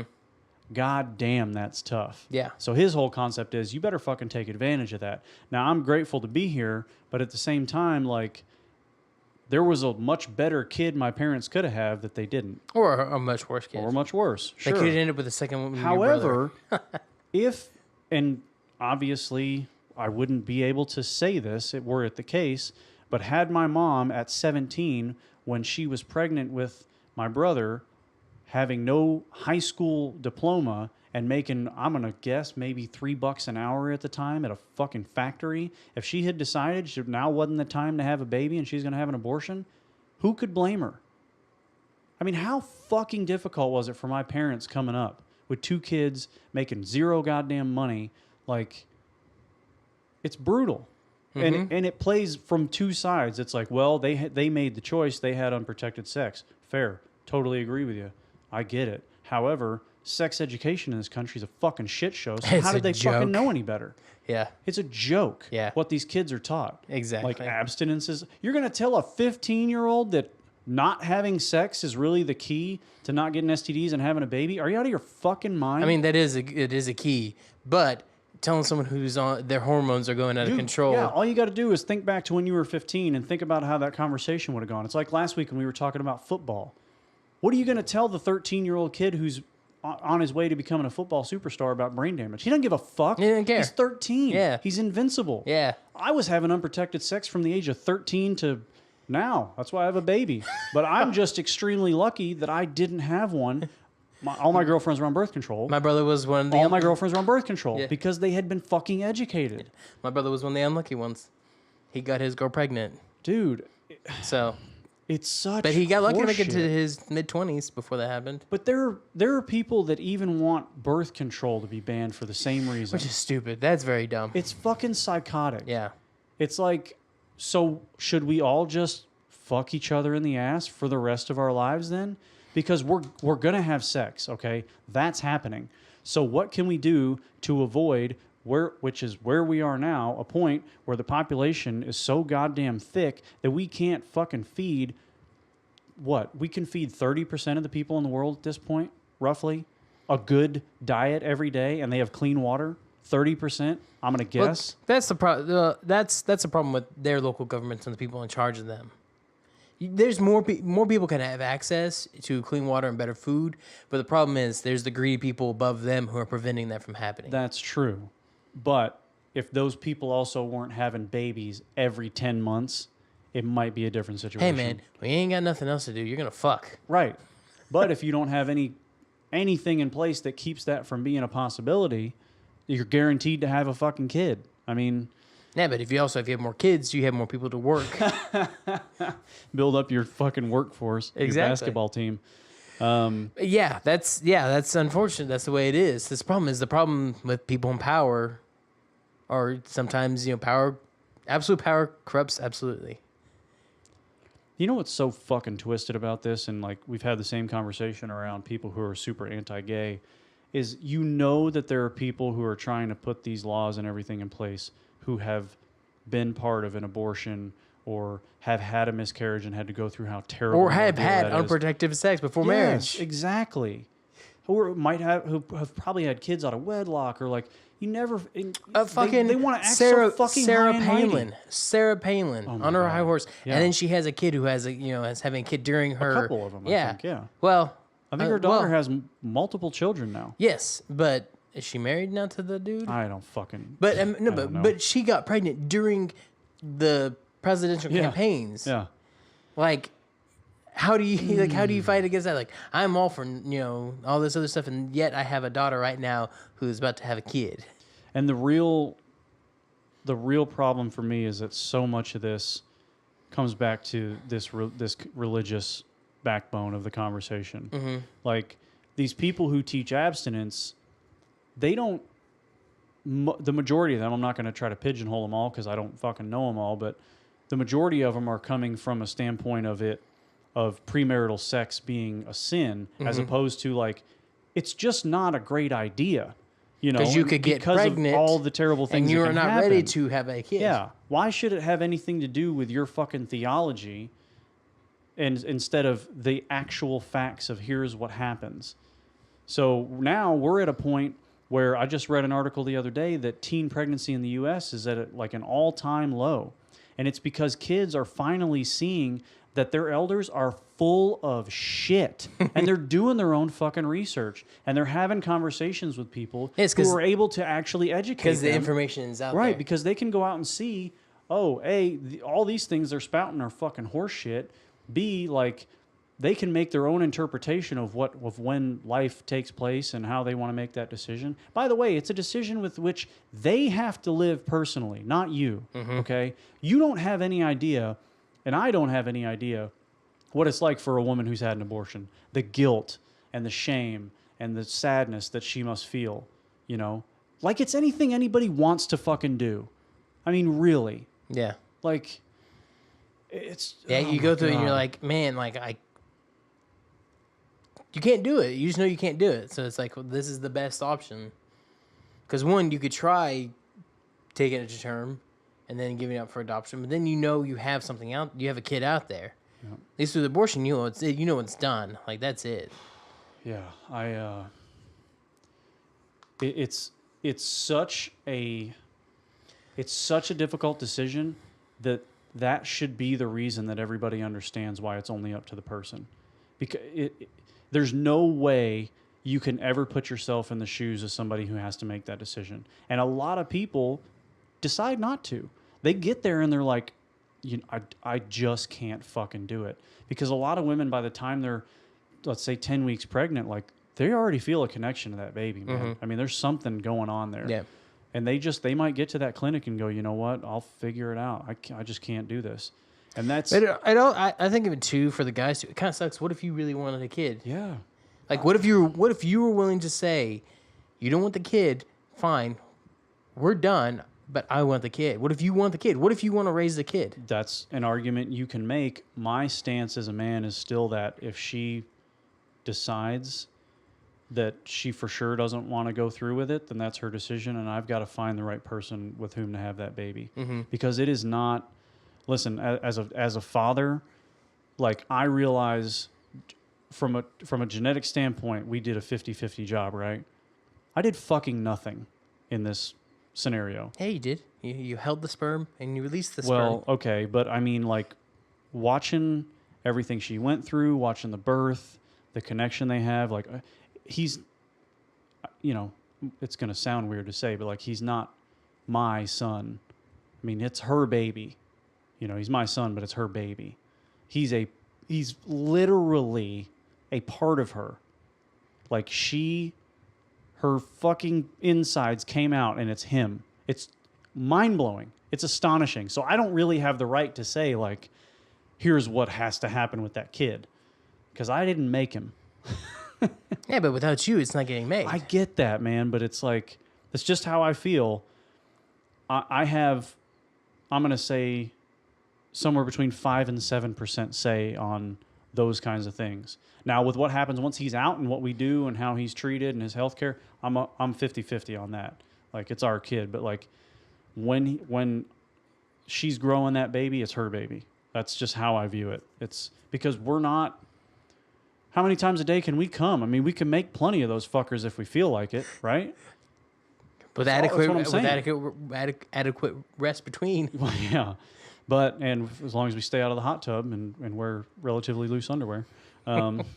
keep it breezy down there. We're good. So I think that they have the final say because it's their bodies are making this human being. And if they choose that that's not what they want to do for whatever reason, it's up to them. And a lot of times it's a situational thing. And like, you have to respect somebody who has enough balls to say, this kid won't have the best life with me. And that's a fair statement to make.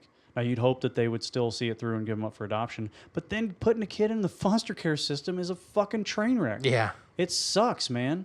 Like, kids in foster care, half of them, they probably wish they hadn't been born. If I mean, sometimes it's pretty terrible.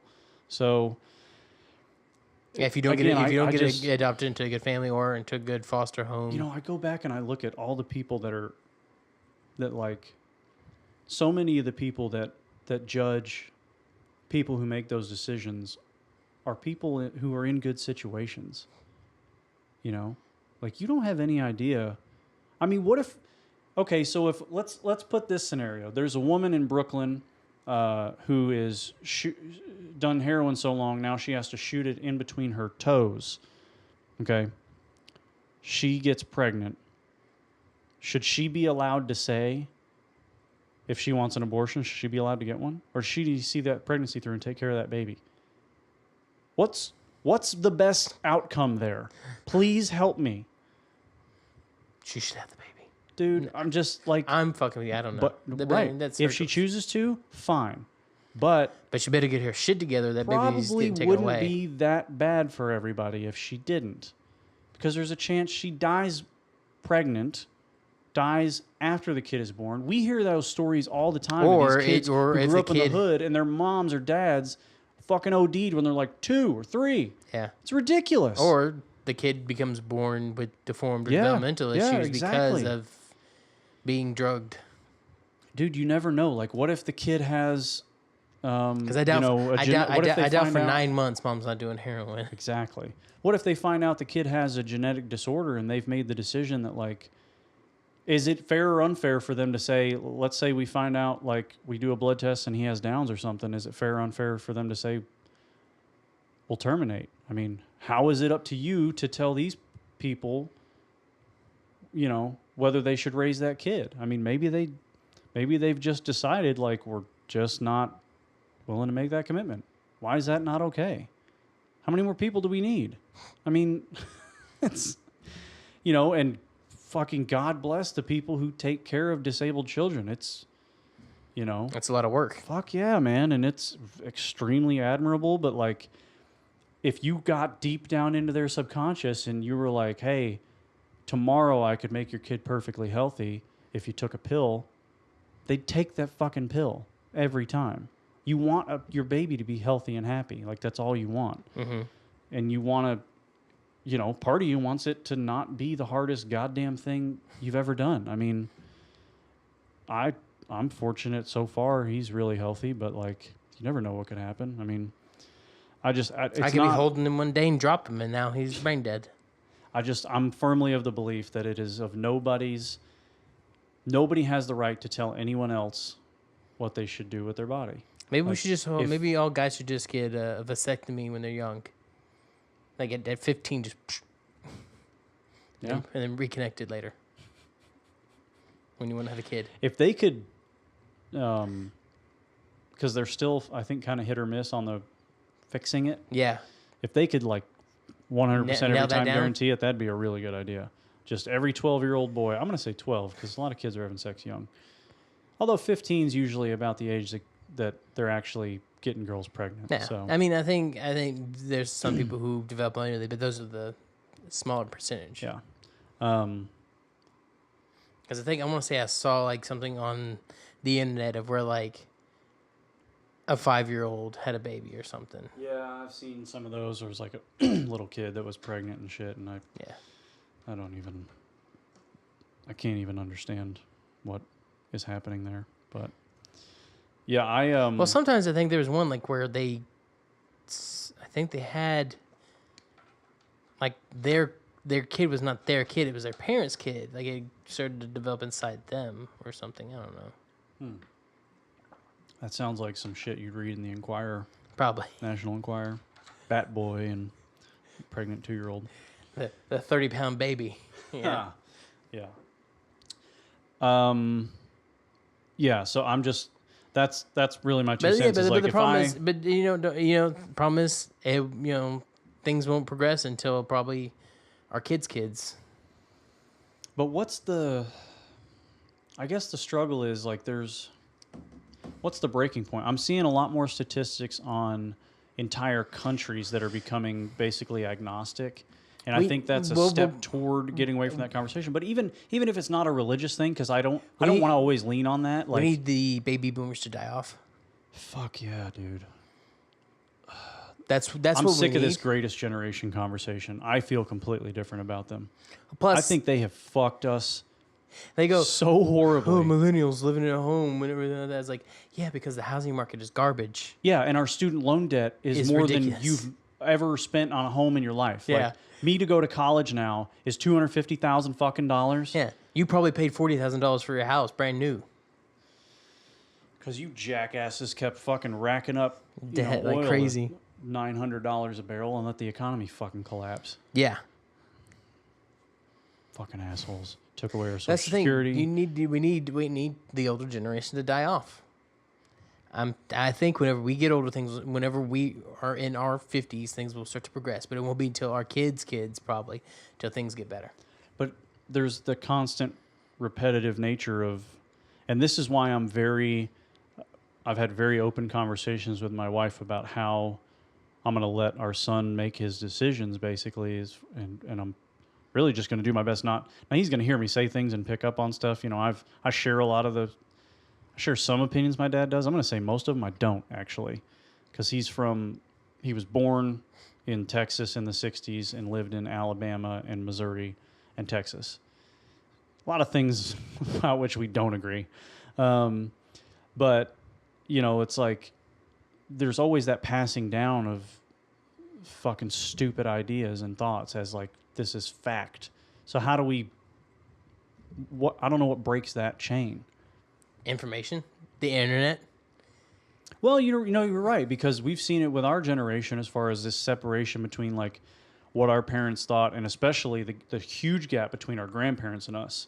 So I think you have a good point about like our kids being because the information is going to be out there. Exactly. Yeah. Because we're progressing, but problem is we didn't get the internet and everything at where it is now until the 2000s. Really, like it's whenever people started getting more access to more information and that being developed. Well, and it is kind of a fascinating thought. I mean, we've really only been not just the U.S., but let's say, our current human species has really only been, if you want to call it like civilized, for what, 500, maybe 400 years? No, I think a little bit more than that.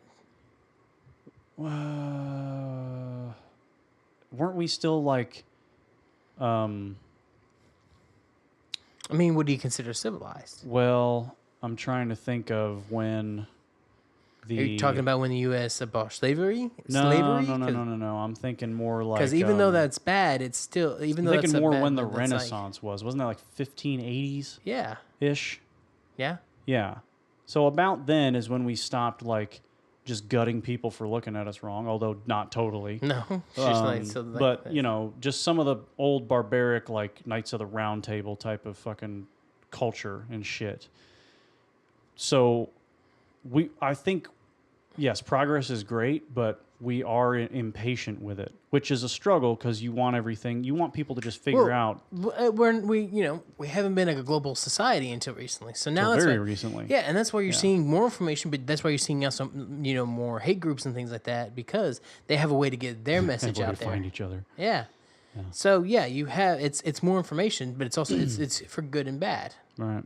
Yeah, and there's always going to be that. That's unavoidable. But I mean, that's what people think. That's what people think it has been. It's like a terrible time now, and I agree it's a terrible time only because we have that information. Like before, you can live in blissful ignorance of what's going on around the world. Yeah. See, I don't think I mean, I see a lot of really stupid, terrible shit, but that's because it's more accessible. Mm-hmm. But I think now is the greatest time ever to be alive. See, I think it's because we see that more people do stupid shit and become more violent. It perpetuates, yeah. Yeah.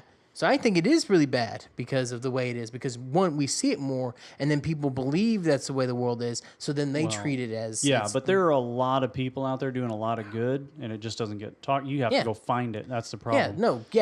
Good stuff doesn't. For very few good stories make it on the internet. Yeah. Like I just have it. Like most of the time when I read it, it's like shit talking. Like, but I found a story of a guy who brought electricity to his village by building a windmill out of scrap parts.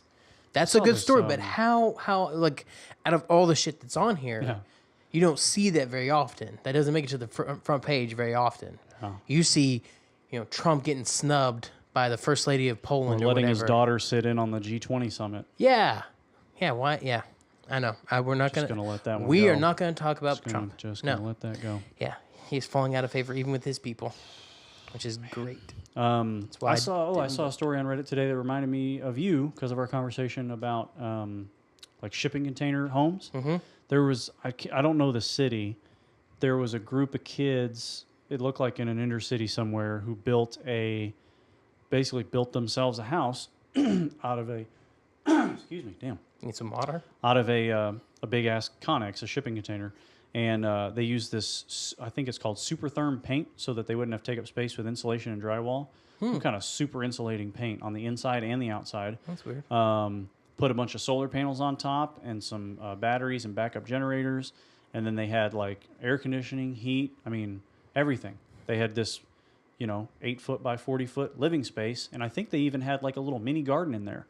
And they were basically trying to spread the message around the community of like, you need, it's a good idea to understand how to be self-sustaining. Mm-hmm. Like to not have to rely on the fucking energy company and this company and that company. Like they had like a sofa and a couple beds and it's like 3 kids living in there. This is our house now. Yeah. And actually, for all the Elon Musk's crazy ideas that he comes up with, at least he's on the right track and trying to. Like, I think the biggest thing holding people back from solar power, like on their homes, is they don't look good. Just on top of your building. His tiles are so fucking gorgeous. Yeah, but his new shingle essentially setup will eliminate that from the big bulky things you see in your house and make it look just part of your house. That's what I'm talking about. Yeah, that's what I'm saying. His new design. Oh my god. Yeah. So those are in my plan when I build for sure. It's going to be expensive as fuck. No, they're the equivalent. Like right now, he's estimating that a roof with those is going to cost as much as a brand new roof on a house. Bullshit. Yeah. So 25 to 50 grand for a roof, depending on the size of your house. Like I think the roof on this house when they replaced it was probably $30,000. And if I could get his shit for 50, it'd be worth it. Yeah. Yeah, to provide energy. Yeah, to cut down your energy bill. And they're gorgeous. He's got those different styles. Especially in Texas. In the heat, in the summer. Yeah. Any place in the South during the summer, it would be great to help supplement the amount of money we spend on energy. Fuck, man. Fuck, it sucks. My AC, because I can look on you have the Nest thermostat as well. Yeah. It'll tell you how many hours a day. Yesterday was 9.5. I'm betting today's going to be like 11 hours of AC. Oh, mine runs like 15 to 20. Mine runs constantly, and it still doesn't get because I'm on the 3rd floor of an apartment complex. Oh, yeah, it is hot up there. It is probably right now. If I go and let's pull it up, it's probably 78, 79, 80 degrees probably right now in my house. Even though it's running, it's 78. It's been running all day. Let's look at my schedule. Where's my schedule? Let's see here. Oh no, that's the timing schedule. History, I think, is where it's at. What's today? Today's the 8th. Okay, so it does say yesterday, the 7th, it ran for 21 hours. Holy fucking shit! Yesterday it was overcast for like 4 hours. Thursday ran for 18. Oh my god! Tuesday ran for 17. 17 is the lowest. Wow, that is horrendous. I live on the 3rd floor of an apartment complex. It's hot as fuck. Wow. It doesn't ever get down. By the time I wake up in the morning, it's down to 75. But that's what time I'm awake in the morning. Like usually it's fine until the heat actually kicks in. So about 1 o'clock is whenever it just starts to skyrocket. Yeah. And it just doesn't get cold. Nope. It feels great though whenever I go outside and then come back in, and then after I'm sitting there for a while, I get hot again. Yeah. But yeah, no, that's why it sucks. That's why I want a 1-story house, so I can just finally not have to run it all the time. And live. My parents' house was so great. It's fucking 75 the entire time. It felt great inside their house the entire time I was over there. I was like, holy shit, it feels so good. And then I come home to my piece of shit. Yeah. And it's just hot as fuck. It's all right, man. You'll get through it. Hey, no. Sweat it out. No. You'll be fine. I'm going to start looking for a house. I mean, I have a reason to stick around long term with my company, so it's time to get one. Yeah. I can't wait. It'll be exciting. I'll help you paint. Since one of us is good at painting and it's not going to be the homeowner. I'm going to pay people to do that work for me. All right. Good luck. Painters are expensive. I offered it once, and that was the final offer. So, speaking of final offers, you're gonna come over and help me paint. I help you paint a lot. You're coming over here. You're not allowed to paint in my house anymore. I'll do whatever the fuck I want in your house. I am officially the only person who's allowed to paint in my house. I will paint in your house. Okay. Just start painting walls. Yeah, I am. I'm gonna go take your paint. Yeah, we got tons of fucking paint sitting over there. Yeah, I'm gonna paint. Start painting shit. I'm gonna paint a big dick in your kid's room. Good. I hope he turns out gay, because no babies. We're both fans of Chris Hardwick. Yes. Obviously. Have you watched his show, The Wall? No, I don't watch television. Dude. That's why I'm telling you, I have to cancel my satellite because I do not watch television I anymore. hear you. You got to watch this show. It's so good. You hear the premise and you're like, no, okay. And then you watch it and your heart is fucking pounding for 30 minutes. It is so good. And I love watching him host it because you genuinely know that he's like invested in these people winning the money. He's a good guy. Yes. He's a really good guy. And he's funny, obviously. Yeah. But yeah, dude, the show, it's a fucking roller coaster ride for sure. I mean, it is intense. And you're like yelling at the TV, and then you start talking about how you'd strategize with your wife. You're like, I'd do this, and it's like, she was telling me the other day, she's like, I'd have you answering the questions, and I'd be out there, making the bets and da-da-da. And I was like, she's like, because you'd probably be able to answer, because they have some random fucking questions. You'd probably be able to answer more questions. And she was like, and we'd just have a deal that you would tear up the contract no matter what. I was like, I agree. Because they have, do you know the kind of the premise? I want to know. I've seen the previews, and so it looks like it's just a giant like Plinko game. So sort of. So they, it's always a couple, and one is in like a sound isolation booth, and the other's out on the stage with Hardwick. And basically, what happens is they start off. They get a couple balls. They're all the different tubes that have different amounts of money. 1, 100, 10, 500K, 300K, 400, 200, a million. 750. And they drop one or two balls at first, and they get like some kind of base amount. And then so the tubes are labeled 1 through 7, and the left side, the 1, is like the safer numbers, 100, 1,000, 10,000. And the right side is like 750, 500, a million, blah, blah, blah. And so you kind of wager based on what kind of risk you're willing to take, which is never accurate because the fucking ball will bounce all over the place. Mm-hmm. But basically the premise is he gives, like if you're out there and I'm in the sound booth, he gives you the potential answers to the question. And then you have to basically wager with your ball. You can do one ball or you can double up or triple up. You wager like, I want to go from number 5. And then the ball lands in, let's say, 400 grand. Oh no, sorry. You say where you're going to go from. Then it goes to me answering the question. You find out whether I got it right or wrong. And you either get a green ball to win the money or a red ball to take away the money based on whether I got the answer right or wrong. Mm-hmm. So it's this really interesting system where you have to know how well, just based on the answers to the question, how well you'd think I'd do answering it and how much money you'd be willing to wager. And it's you had to try to kind of reverse engineer the question based on the answers you got. And the answers sometimes are so vague. Like one the other day was it was like Leroy, Lionel, Leo, and Lando or something like that. Mm-hmm. And it was what does the L in Samuel L. Jackson stand for? And I just guessed. I was like, based on his age. So give me the names again. It was Leroy, Lionel, Lando, and I don't remember the fourth one.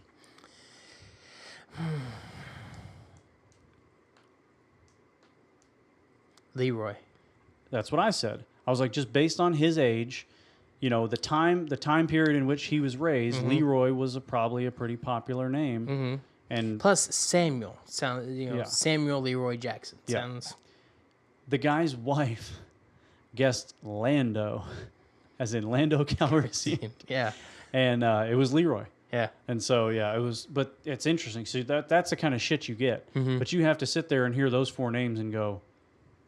And one of them was, it was like brilliant, stupendous, humble, and something else. And he has to figure out what those are supposed to mean and wager. And it was, which of these did Charlotte not write into her web to describe Wilbur in the book, Charlotte's Web? And it's like, come on, man. I mean, that could have gone anywhere. Those adjectives. Humble? I can't remember. It was brilliant was what she didn't write in. But brilliant seemed like it had been too long for a spider to write. So that's the whole game. And it's just, you constantly see these people that'll go through like millions of dollars to zero. And then at the end, the contract. At the end, Hardwick does, the producers or whoever do some calculations. They take the base amount plus like the value of 2 questions that the person got right at some point or something like that, and they figure out a guaranteed amount of money. So let's say it's $75,000. So they if I'm in the booth, they hand me a contract for guaranteed $75,000, and I have to either choose to sign that or rip it up and just go with whatever I hope you've won. And so you have no clue what I've won the whole time. Done. Nope, no idea. So I was watching one on a plane one time, and this guy, the last piece after you get your total amount, let's say you're at $1 million. The last thing they do is they drop 4 red balls, and the red balls take away. So they just land where they may. And whatever they take away, they fucking take away, which I think is the most horseshit part of the game. It's like, come on, I'm there. Now you got to do this. Because I watched a guy who was at $1 million, and they dropped the balls, and it went into like 10,000, 200,000, and then whoop, right into the million. And he went to flat fucking zero at the end of the game. His wife gets offered $85,000, rips it up, and has to come out and learn that he just went from $1 million to zero, and they've walked away with no money. But then the one I watched a few nights ago, the wife turned down $55,000, and they won $400,000.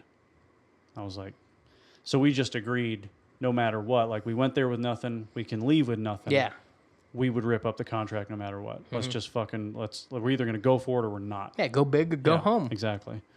I was like, but we're not signing up for the show anytime soon. That's what I've always said for game shows like that. Yeah. Like for the briefcase one over, go big or go home. Yeah. What are you going to lose? Yeah. You get a free trip out there. You get a free trip and stay out there. Yeah. I always take the approach. It's like one of the concepts in my selling system is you can't lose a sale you never had. It's like if you missed an opportunity, well, that wasn't money you had anyways. So, exactly. I mean, what did you actually lose? You just had an opportunity to learn a lesson. That's exactly what I said about the money I get, like the Christmas money and stuff like that I just blow on stupid shit because that's not the money I earned. It's just money that came to me, so I'm just gonna immediately go blow it on stuff because it doesn't matter. That's not money I had coming in. It was just a coincidence. Yeah, so I would definitely recommend you give that show a look because it's fascinating. If I watch television, I would, but I don't watch television anymore. All right. Well, fuck it then. Fuck everything. I mean, I don't watch television. There's some good shit on TV. No shit. I know there is, but I just don't watch it. Do you know what's fucking atrocious? Huh. Battle of the Network Stars. That's still on? It's back. And Ronda Rousey's one of the fucking coaches. Oh, which reminds me, Cowboys fighting at 214. Look up the date for that. I don't know when. I can't remember when it is. Yeah, so it's Ronda and somebody else. This show is fucking atrocious. It's so bad. I don't know how it's I think it's been on for 2 or 3 episodes. I don't understand how it hasn't been versus canceled Robbie yet. Lawler? Yes.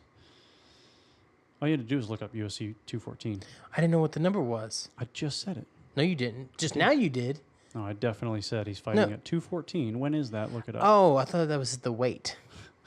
Fuck no, man. I was like, huh, okay. He's a welterweight. That's What why. an odd weight class. That's why I was like, okay. I was trying to figure out where he was. You didn't say UFC 214. What? July 29th. July 29th. All right. So you're that'll gonna give have us a nice... Cormier versus Jones. And then Really? that's what it says. Let's look at the text. God, I hope that actually Oh, fucking my ass happens. hurts. Let me look up the card. All right. Yeah, right now. Cormier versus Jones. Woodley versus Maya. Cyborg Damian versus Maia? Yeah. Fuck. Cyborg versus Evinger. I don't know who that is. I don't know who the person is. Is it Lamas versus Knight? Ricardo Lamas, yeah. Lawler versus Cormier. And Cerrone. yeah, Cerrone. Wow, why did I say Cormier? That's weird. And I don't know who that is.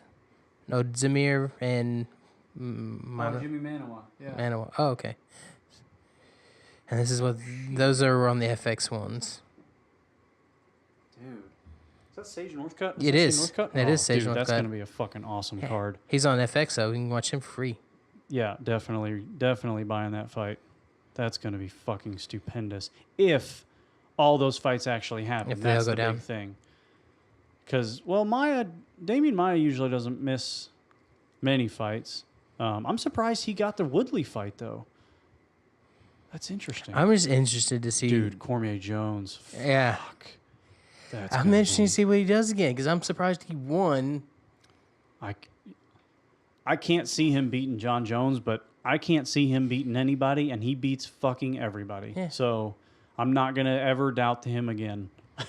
Because he just doesn't look like he's just just a a bear. punch. And like you're like, how the hell is he dealing with these guys? He's a smart fighter, man. He's Yeah. a very, very smart fighter. Dude, that Lawler Cowboy fight is going to be a fucking war. That's a really good card. You get to watch Super Sage kick somebody in the teeth. Go Super Saiyan. You ever seen Sage Northcutt? Saiyan? But Is yes. it Saiyan? Yeah. I've always pronounced it Saiyan. It's Saiyan. And yes. It's the kind of snappy repartee we like over there is Scion. Scion. TC. Yeah. That'll be good. Lennox Avenue Ladybugs got fleeces. Oh, yeah. That'll Yeah. be a good time. I can't wait. It's going to All be right, interesting. man. Yeah. Look at this. Where is it? I was here. There you go. Sage Northcutt. Sage Northcutt with an 82-pack of abs. Yeah. That dude's a freak. Yeah. Yeah. To quote Emma Stone in Crazy Stupid Love, you look like you're photoshopped. He does look like he's Photoshopped. He's ridiculous. Yeah. But I've seen some of his diet and shit. It's like ridiculous. He's a fucking nut job.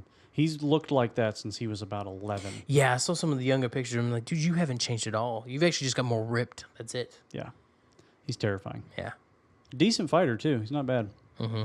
Be exciting to watch. Who's the guy he's fighting? John Medici, the bull Huh. from Canada. Not familiar. 14-6-0, 64% TKO, 0 subs, 36 decisions, 36? 36%. Oh. 36%. I was like, wait, he's only 14-6. Yeah, 68 inches. I guess that's his height. 155. Got a 68-inch reach. 38-inch legs. Length. Lands 5.3 shots per minute. More than doubled Sage's. With a 51% accuracy. That's not bad. So, Yeah. Maybe he'll shake up the world. 71.9% defense. Yeah. So he defends 72% of the takedowns that people attempt, which is not a very good rate. Yeah, takedown average 0, takedown accuracy 0%, takedown defended 87%, almost 88%. So no, his he defense percent was strikes he defends. Yeah, Okay. that was strikes and the grappling. Yeah, that takedown defense number is pretty good. Yeah. Huh. So he could be a handful. I mean, all of his numbers are better than Sage's, other than like his size. Other than abs. Yeah. So yeah. You think that dude gets laid every day? Sage Northcutt? Oh, just takes off his shirt and they just fall on top of him. Yeah. Probably. It's like that. It's like that sexual harassment cartoon I've seen online where the dude like just trips and suddenly his pants are at his ankles and his dick's in her. Like that just kind of happens with him though. He just opens up his shirt and then somehow they've just like a magnet just. Yeah, I'm not a pervert either. I just fell onto a lady and grabbed her boobs to catch my fall. She wanted it though. I watched that episode last night. Honka honka. You must be like 90% body fat. But mommy like. That's not even sexy. You're not doing it right. Shit. All right, well. I think it's time to go. Yeah, so you can get some grub. Cut. Are you gonna eat or are you gonna just tough it out? I'm hungry. Yeah, no, I'm hungry. Okay. I'm hungry. All right. Broccoli and chicken? If I had some around the house, I would. But I don't. I have nothing. Yeah. I need to cook. I need to cook. Oh, that's probably what I'm gonna do tomorrow. No, that's not what I'm gonna do tomorrow. I don't know what I'm gonna do tomorrow. Oh, shit. Figure it out. We're going to brunch tomorrow. We're going to have so much fun. We're going to have mimosas and some French toast. Whenever I got that invite, it doesn't make sense. Brunch at noon.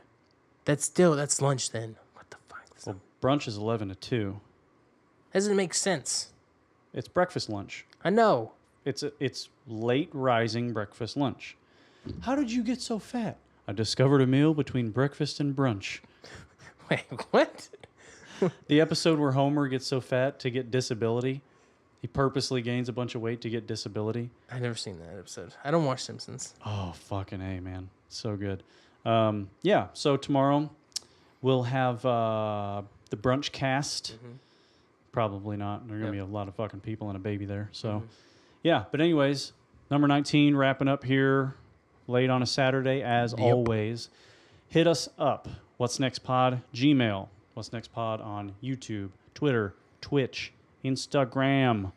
Mostly Instagram. We like that site. Yeah. It's very easy to interact on there. Feel free to leave us a comment. Hit us up on the email if you're looking for some advice on something. You want to just bounce an idea off of us. Tell us about something cool we should check out. Just say that we suck. That's all we want. Just someone to... Yeah, anything. It's empty, and I don't like looking at it. It's depressing. Yeah. Any feedback you have, put it in there. Even if it's a picture of a prolapsed anus, it's fine. Take it. Whatever you're in the mood for. Yeah. So those ways you can hit us up. It's all What's Next Pod. It's pretty straightforward.